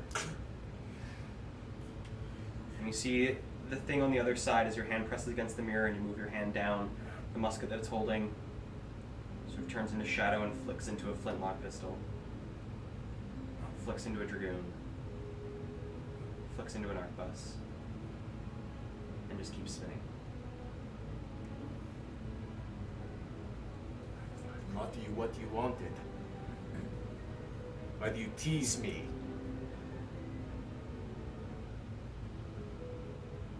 I brought you what you wanted. Why do you tease me? Do we hear this? You don't, Okay. actually. Whoa. The creature, you see the gun that it is currently like holding and spinning vanish out of the air as it approaches the mirror again, and these like two shadowy tendrils press against each side of the mirror, as it presses its face closer, these like white, almost just like these hollows in the shadow, sort of look towards you, and you feel like something in your right arm begin to like twinge and tense as your hand sort of closes, opens, and you see one of your conjured flintlock pistols appear in the hand. And then you hear it. And looking down into the sink, you can see the crystal is like rattling in the sink. And you guys can hear this outside. You just hear like a little bit of like a rattling from the bathroom, which unfortunately for your guys' bathroom is a weird thing to hear from the bathroom. It's the place is falling apart a little bit. Could be the pipes, could be anything. Yeah. But this crystal is sort of rattling in the sink. And as you watch it, you see it sort of keep rattling and begin to lift itself off from the bottom of the sink. The rattling stops as it begins to float in the air. And as you're holding this weapon, staring at this shard, it fires towards your right hand and slams into the side of the pistol. And you see, as the crystal impacts the pistol and presses into it, you can see it sort of like change and morph into part of the weapon itself. And as you sort of look at it, you see the shadowy being on the other side of the mirror sort of take another step back, and you see the musket appear again, the flintlock, the derringer, I the switch dragoon. into the flintlock, the derringer. And as you flip through them, you see on each one this small, glassy, black shard that has now appeared on each of the weapons as you flick through. So in D&D terms, Yes. Yeah. what this item does is it has 3 charges. You regain 1d3 at the beginning of each dawn. Okay. Whenever you cast a spell or make a weapon attack, a target that you can see within 30 feet of you must make a charisma saving throw against your spell DC, or take 3d6 psychic damage and be frightened of you until the start of the next turn. Holy shit. That is Rex. So every time I make an attack, I can expend it. Every time you make an attack or cast a spell, you can expend a charge to force them to make a charisma saving throw. If they fail it, they take 3d6 psychic and are frightened of you until the end of the next turn. Is this before the spell? It hits? This would be after, so it's after you make an attack or a spell. Okay. What happens if someone's frightened of you? They have disadvantage on attacks while you are in their. So they have a disadvantage on attacks and ability checks while you are in their sight. And it can use it on someone within 30 feet. Within 30 feet Okay. is the range. Charisma save or target is frightened and 3d6 psychic. Yeah. And as this happens, I won't know what it is. I just look at it. And I kind of just put my hand back on the sink and look in the mirror and say, They will know our terror. And you see the creature, it has stepped back and has like flicked through the weapons and now takes a step forward, these sort of draconic jaws opening, and you can see almost something burning at the core of this thing as it gets closer and closer, and whatever is inside of it gets larger and brighter. This like blackish red, almost like a roiling shadowy mass as it gets closer to the mirror, closer, and then it seems to almost like come through the mirror as it comes towards your face, just again. And you hear Rex cough in the bathroom. You alright there? just. And I open the door. You need some water. I'm gonna go off to the kitchen and get a cup of water. And I close the door behind me, and I just move straight over to the couch and sit down. I've dismissed my pistol. I'm sitting down. I say, yeah. Thank you, honey. Thank you, honey. Thank you, Rudy. Here, I'll get you some more. Thanks, honey. What is wrong with you?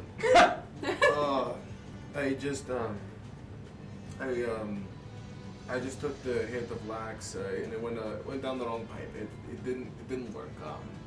It didn't work. Like it's not gonna put me to sleep or anything. It's just wrong pipe. Thank you, honey. How many pipes do you have? 2. 3. 3. Dragonborn. Acid. It went down the food one though, not the acid one. Huh. Thank you, baby. I'll see you upstairs, okay? And then I'm gonna go. You get the pillow for. Oh, I was just sitting on it. The pillow.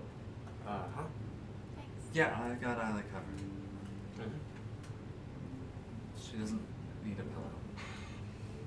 But thanks. I hear nothing. I hear none of it. And I'm just gonna go and kind of crawl into bed, pull the covers like straight up to my neck, with my head on the pillow. Like I have my eyes closed all the way up to this point. And then once my head hits the pillow, I keep my eyes open. And just darting around looking around the Okay. room. Isla and Ludi, anything you guys would like to do? I at want the to night? take the watch out of my bag of holding. Okay. So reaching in, thinking about the watch, you pull out this like silver, small-faced watch. Seems to still be ticking along. It's at the same time that it is right now. It's about like this point, like 11:32. Please be cool. Please be cool. Do you do magic? So you focus on it. The watch responds with.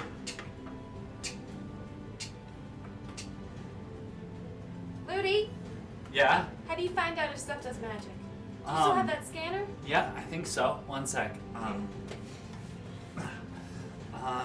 Here you go.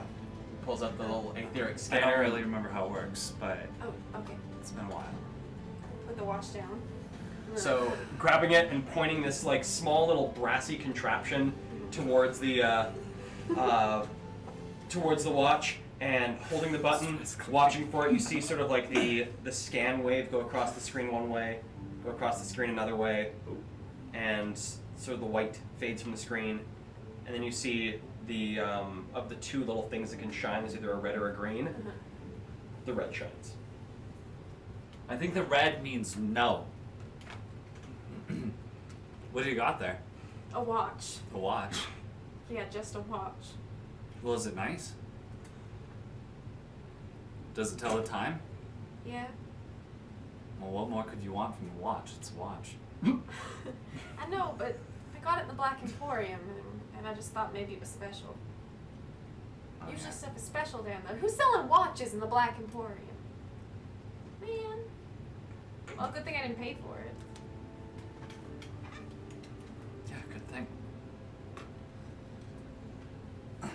Moody, Yeah. I already have a pocket watch. Do you want this one?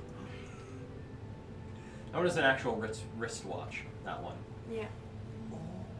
I have this one here, so I don't Can really you need- describe to me what it looks like? It's like a silver wristwatch on a has like a silver band to it as well. It's got a very small little face at the center, white background, black numbers, black two hands. It has the hour hand, or three hands. It has the hour hand, the minute hand, and the second hand. Just going around it. It's pretty plain. It's pretty plain, but it's this quite nice. It's nice silver. You see something about a fox, or was that a coin? That was a coin. That was Yeah, on the table. that It was a wasn't fox. taken, okay. Fox coin. Okay. I don't have the right outfit for it yet, but I'll keep it. Okay, but now you gotta tell me if it does anything, because sometimes it just takes like overnight. Okay, I will. And I put it on. Okay. Whoa, where'd you go? Isla? Did it make me invisible? Isla, are you How was still that here? possible? I'm like beaming. Ludi! I start doing jazz hands. Isla, Ludi, I'm over here. sorry, what happened? Ludi, take off the watch! Oh, there you are!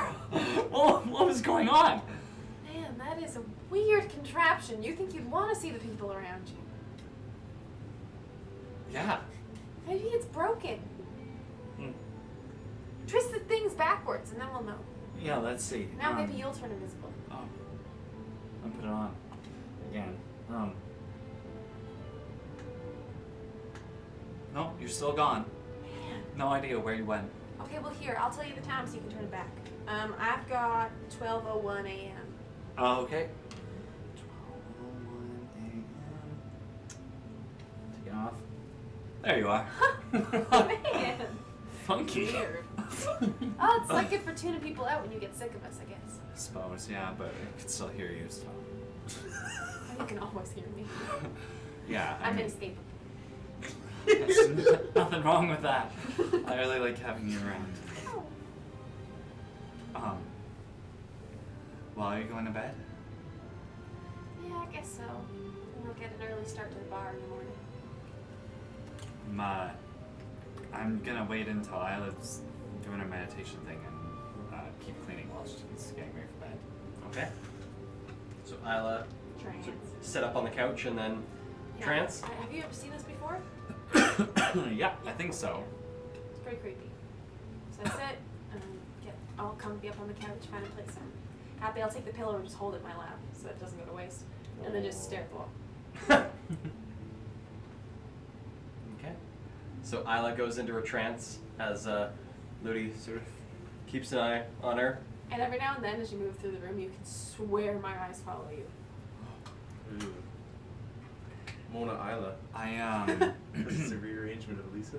I pick up the mop that I have and the cloth and the bucket and I dump the water. I open up the street door and I dump the water out on the street, close it behind me, and I go into our broom cupboard to put everything away. And closing the door behind me, I put it all back on the shelves and I dust my hands off and I just take a breath looking at the dress that's in there. Has it gotten a little dusty? Not really. Actually, it's remained quite pristine. And then I leave out of the broom cupboard and I'm going to go for a little walk outside the house. Okay. I'm just gonna quietly slip out. So I suppose I'm being stealthy. Okay. Give me a stealth check. Not too stealthy though. But advantage. Really? Oh no, you didn't get Advantage. It happened. I said it. 11. It's improv. You gotta see. 11? 11, yeah. Okay. So you give the door an open, slide through, and you hear the latch behind you. And looking around, I know this, but how tall are what's the tallest building within a block of here?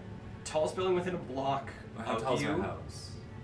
Your guys' house is pretty tall. Like it's among most things are sort of like a similar height. There's only a few things that will maybe stick up like an extra 40, 50 feet above, but it's a pretty even skyline in the mid-district for the most part. So your guys' house is probably the better part of, I don't really know house heights in feet.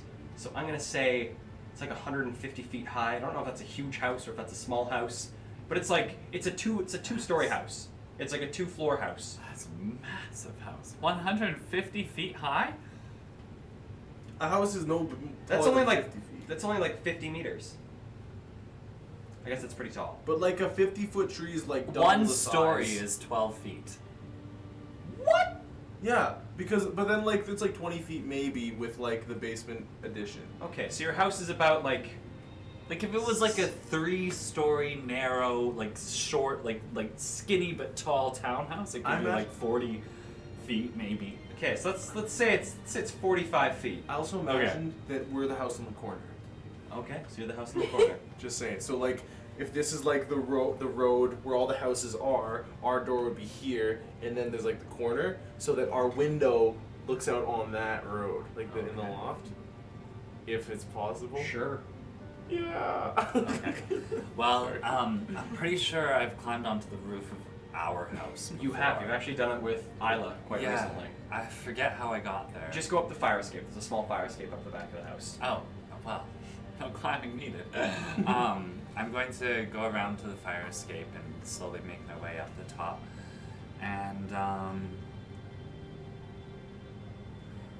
kind of situate myself right on the center. Sit down, take in the sky for a moment. And then, peering around, I orient myself so I'm looking towards the High District. And can I see the cathedral? Does it have spires that are tall enough? You can see Shaw's Citadel, like way off, not like way off in the distance, but quite a ways away, right up against like the edge of the cliff that New Eden is built up on, and you can see its spires rising, and then the High Gardens just in front of it, which is sort of like the cloistered neighborhood where sort of Shaw's inner circle lives. My eyes search through the High Garden, and I locate one particularly familiar roof. Can't live very long.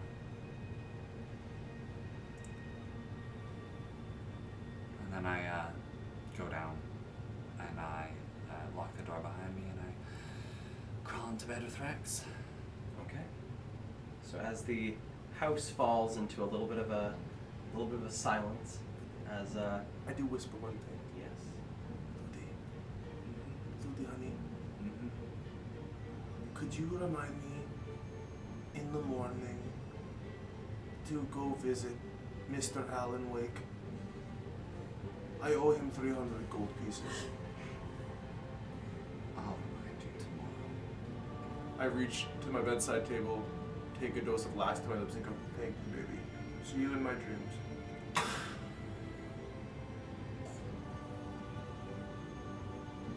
Okay. So as you guys sleep, the night slowly begins to pass by. Isla, about 4 hours later, you wake up and sort of go about various business in the house, keeping yourself busy, keeping yourself entertained, looking at the locket. From the bar. You go right to the bar? Yeah. Okay. It's like at the point that you wake up, it's like 4 in the morning. Mm-hmm. You go to the bar. So unfortunately, you go for like the 10-minute walk to the bar. You get to the bar and the bar is closed. Darlene? Darlene?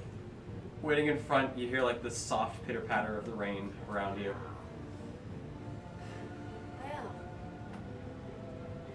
Are there like hours? It's like an hour sign on the door anywhere.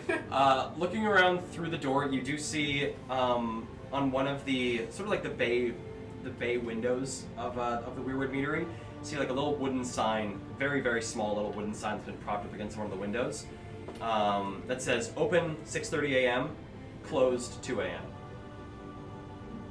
Like, why even? For 2 hours, I feel like you could just stay open.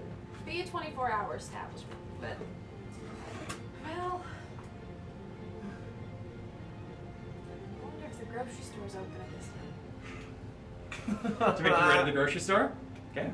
So making your way down the street, sort of look around at 4 a.m. There is no one on these streets. Like you barely even see overseers. The only thing that you see is like every so often there's like one that's like leaning up against a wall somewhere and is just sort of like watching things. But I kind of skip around a little and let my feet like splash in the rain. okay.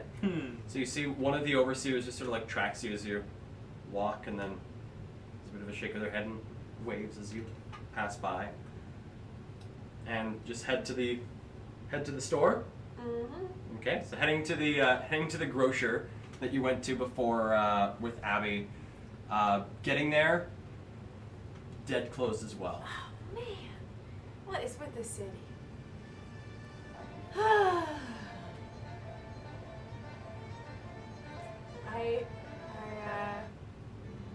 would like to go back to the bar Okay. and then climb up on the roof of the bar and watch the sunrise and wait for it to open. Okay. So climbing up onto the top of the bar, you follow the fire escape as you had with the house, with Rex and Ludy's home. You climb up the fire escape, do a little bit of hoisting, get yourself onto the roof proper, as the fire escape doesn't actually get you onto the roof, but a little hoist up onto the roof itself, and sort of make your way down. There's like the little walkway, or not really a walkway, but like where there's like the flat tiles at the top of this roof. Walk down, they're sort of lined with those little like metal Gothic grates that they have on the sides of them, and find a little spot sort of at the peak of the roof where you can sit and sort of dangle your legs over and watch as the sun begins to slowly rise. Sunrise in the east, so it rises over. Looking off to the east, you can see like in the not super far distance, you can see Black Dock and like the docks that are spreading out across the water. Quite a ways beyond that, you can see some mountains beginning to rise up, and what looks to be like a large forest back over there, and you recognize that as directionally the spot that the guy at the weapons shop told you about, like the hunting lodge that exists over there. Even way further in the distance, more to like your northeast, you can see like the wastes spreading out, and like just at like the furthest reaches you can see, it almost looks to be like a little bit of the Sea of Mists that you begin to see. It's like way off in the distance at the other end of the wastes there. As you sit and watch, the rain has stopped at this point, and What sort of direction is Nimbus in? Nimbus is in north, and so looking north, you just see the Serpent Mountains rising way, way off in the distance beyond the wastes. And looking off, sort of like dull halo of light has begun to to fill the city, like a little bit of misting from the rain. You smell something. You smell smoke. Looking around, sort of looking for the various smokestacks from the buildings and such. You don't see anything really nearby until you sort of look over to your right. So look to your west. I guess that is back the direction you came. And you start to see smoke curling up in that direction, and a small little lick of flames. And that's where we're gonna end the session for today. What? Thank you guys so much for tuning into Dungeons and Drama Majors. Really appreciate all the support from you guys. It's super duper fun to have people watching us play D&D and watch us through this incredible story with these incredible people that we have here. Any closing remarks before we? Yeah, you're a jerk. We get to spend the rest of this week with this guy and expect nothing until Sunday. Mm-hmm. While y'all get to go about your lives and then come back on Sunday and be like, oh yeah, Kale did say that thing about the building being open. We're going to be reminded daily about this cliff. Back in the direction from whence you came. Wait, could it be our Yeah, house? you guys were on fire. Yeah. For sure. That's what I said. Yeah, but I couldn't possibly. No, Kale wouldn't dare. I'm asleep and I can't be woken up unless I catch fire, so that would be quite rude of him. You're going to have to stab me in my sleep. For the second time. Give you a poke. Well, once again, thank you guys so much for tuning in to Dungeons and Drama Majors. Thank you. Do we have a? Are we thinking of doing a video game stream this Wednesday? Is that in the cards? We did one this past Wednesday. It would be Tuesday. Be Tuesday. Yeah. Tuesday. Okay. And we'll keep you updated. But Okay. we might do. So stay tuned on our various social medias, or even here on Twitch. I believe possibly sometime on Tuesday we'll do another video game stream. Could I also read potentially a couple quotes that I have accumulated from this session? Of course. Shelly boys in the chat. This is a tradition Sheldo being started for us. It's always the best to just recount some of the fun moments. And my two favorites were when I said, but don't worry, it's not my quote. I went, milk is not the drink of cowards. And Emily goes, well, Zyla, of cows. Like that. And then also, I think it was it Kale? Is that the only one I have? Well, I thought I wrote down a second. It was something that Kale said, though. It was funny. Say a lot of I things. didn't write Say a down. lot of I things. think you over said the course something. of 3 I hours. think you said something I wanted to write down, then got interested in actually what you're saying, not just recounting it, and then I wrote down that I have a cool new ability. That's the last thing. Nice, nice. Well, I believe with that we will say goodnight to you guys, and we'll catch you Tuesday. But if Maybe. not, we'll catch you on next Sunday. Tuesday, maybe. Sunday, death. Thanks, everybody. Have a great rest of your night, you guys. See you Sunday. Good night.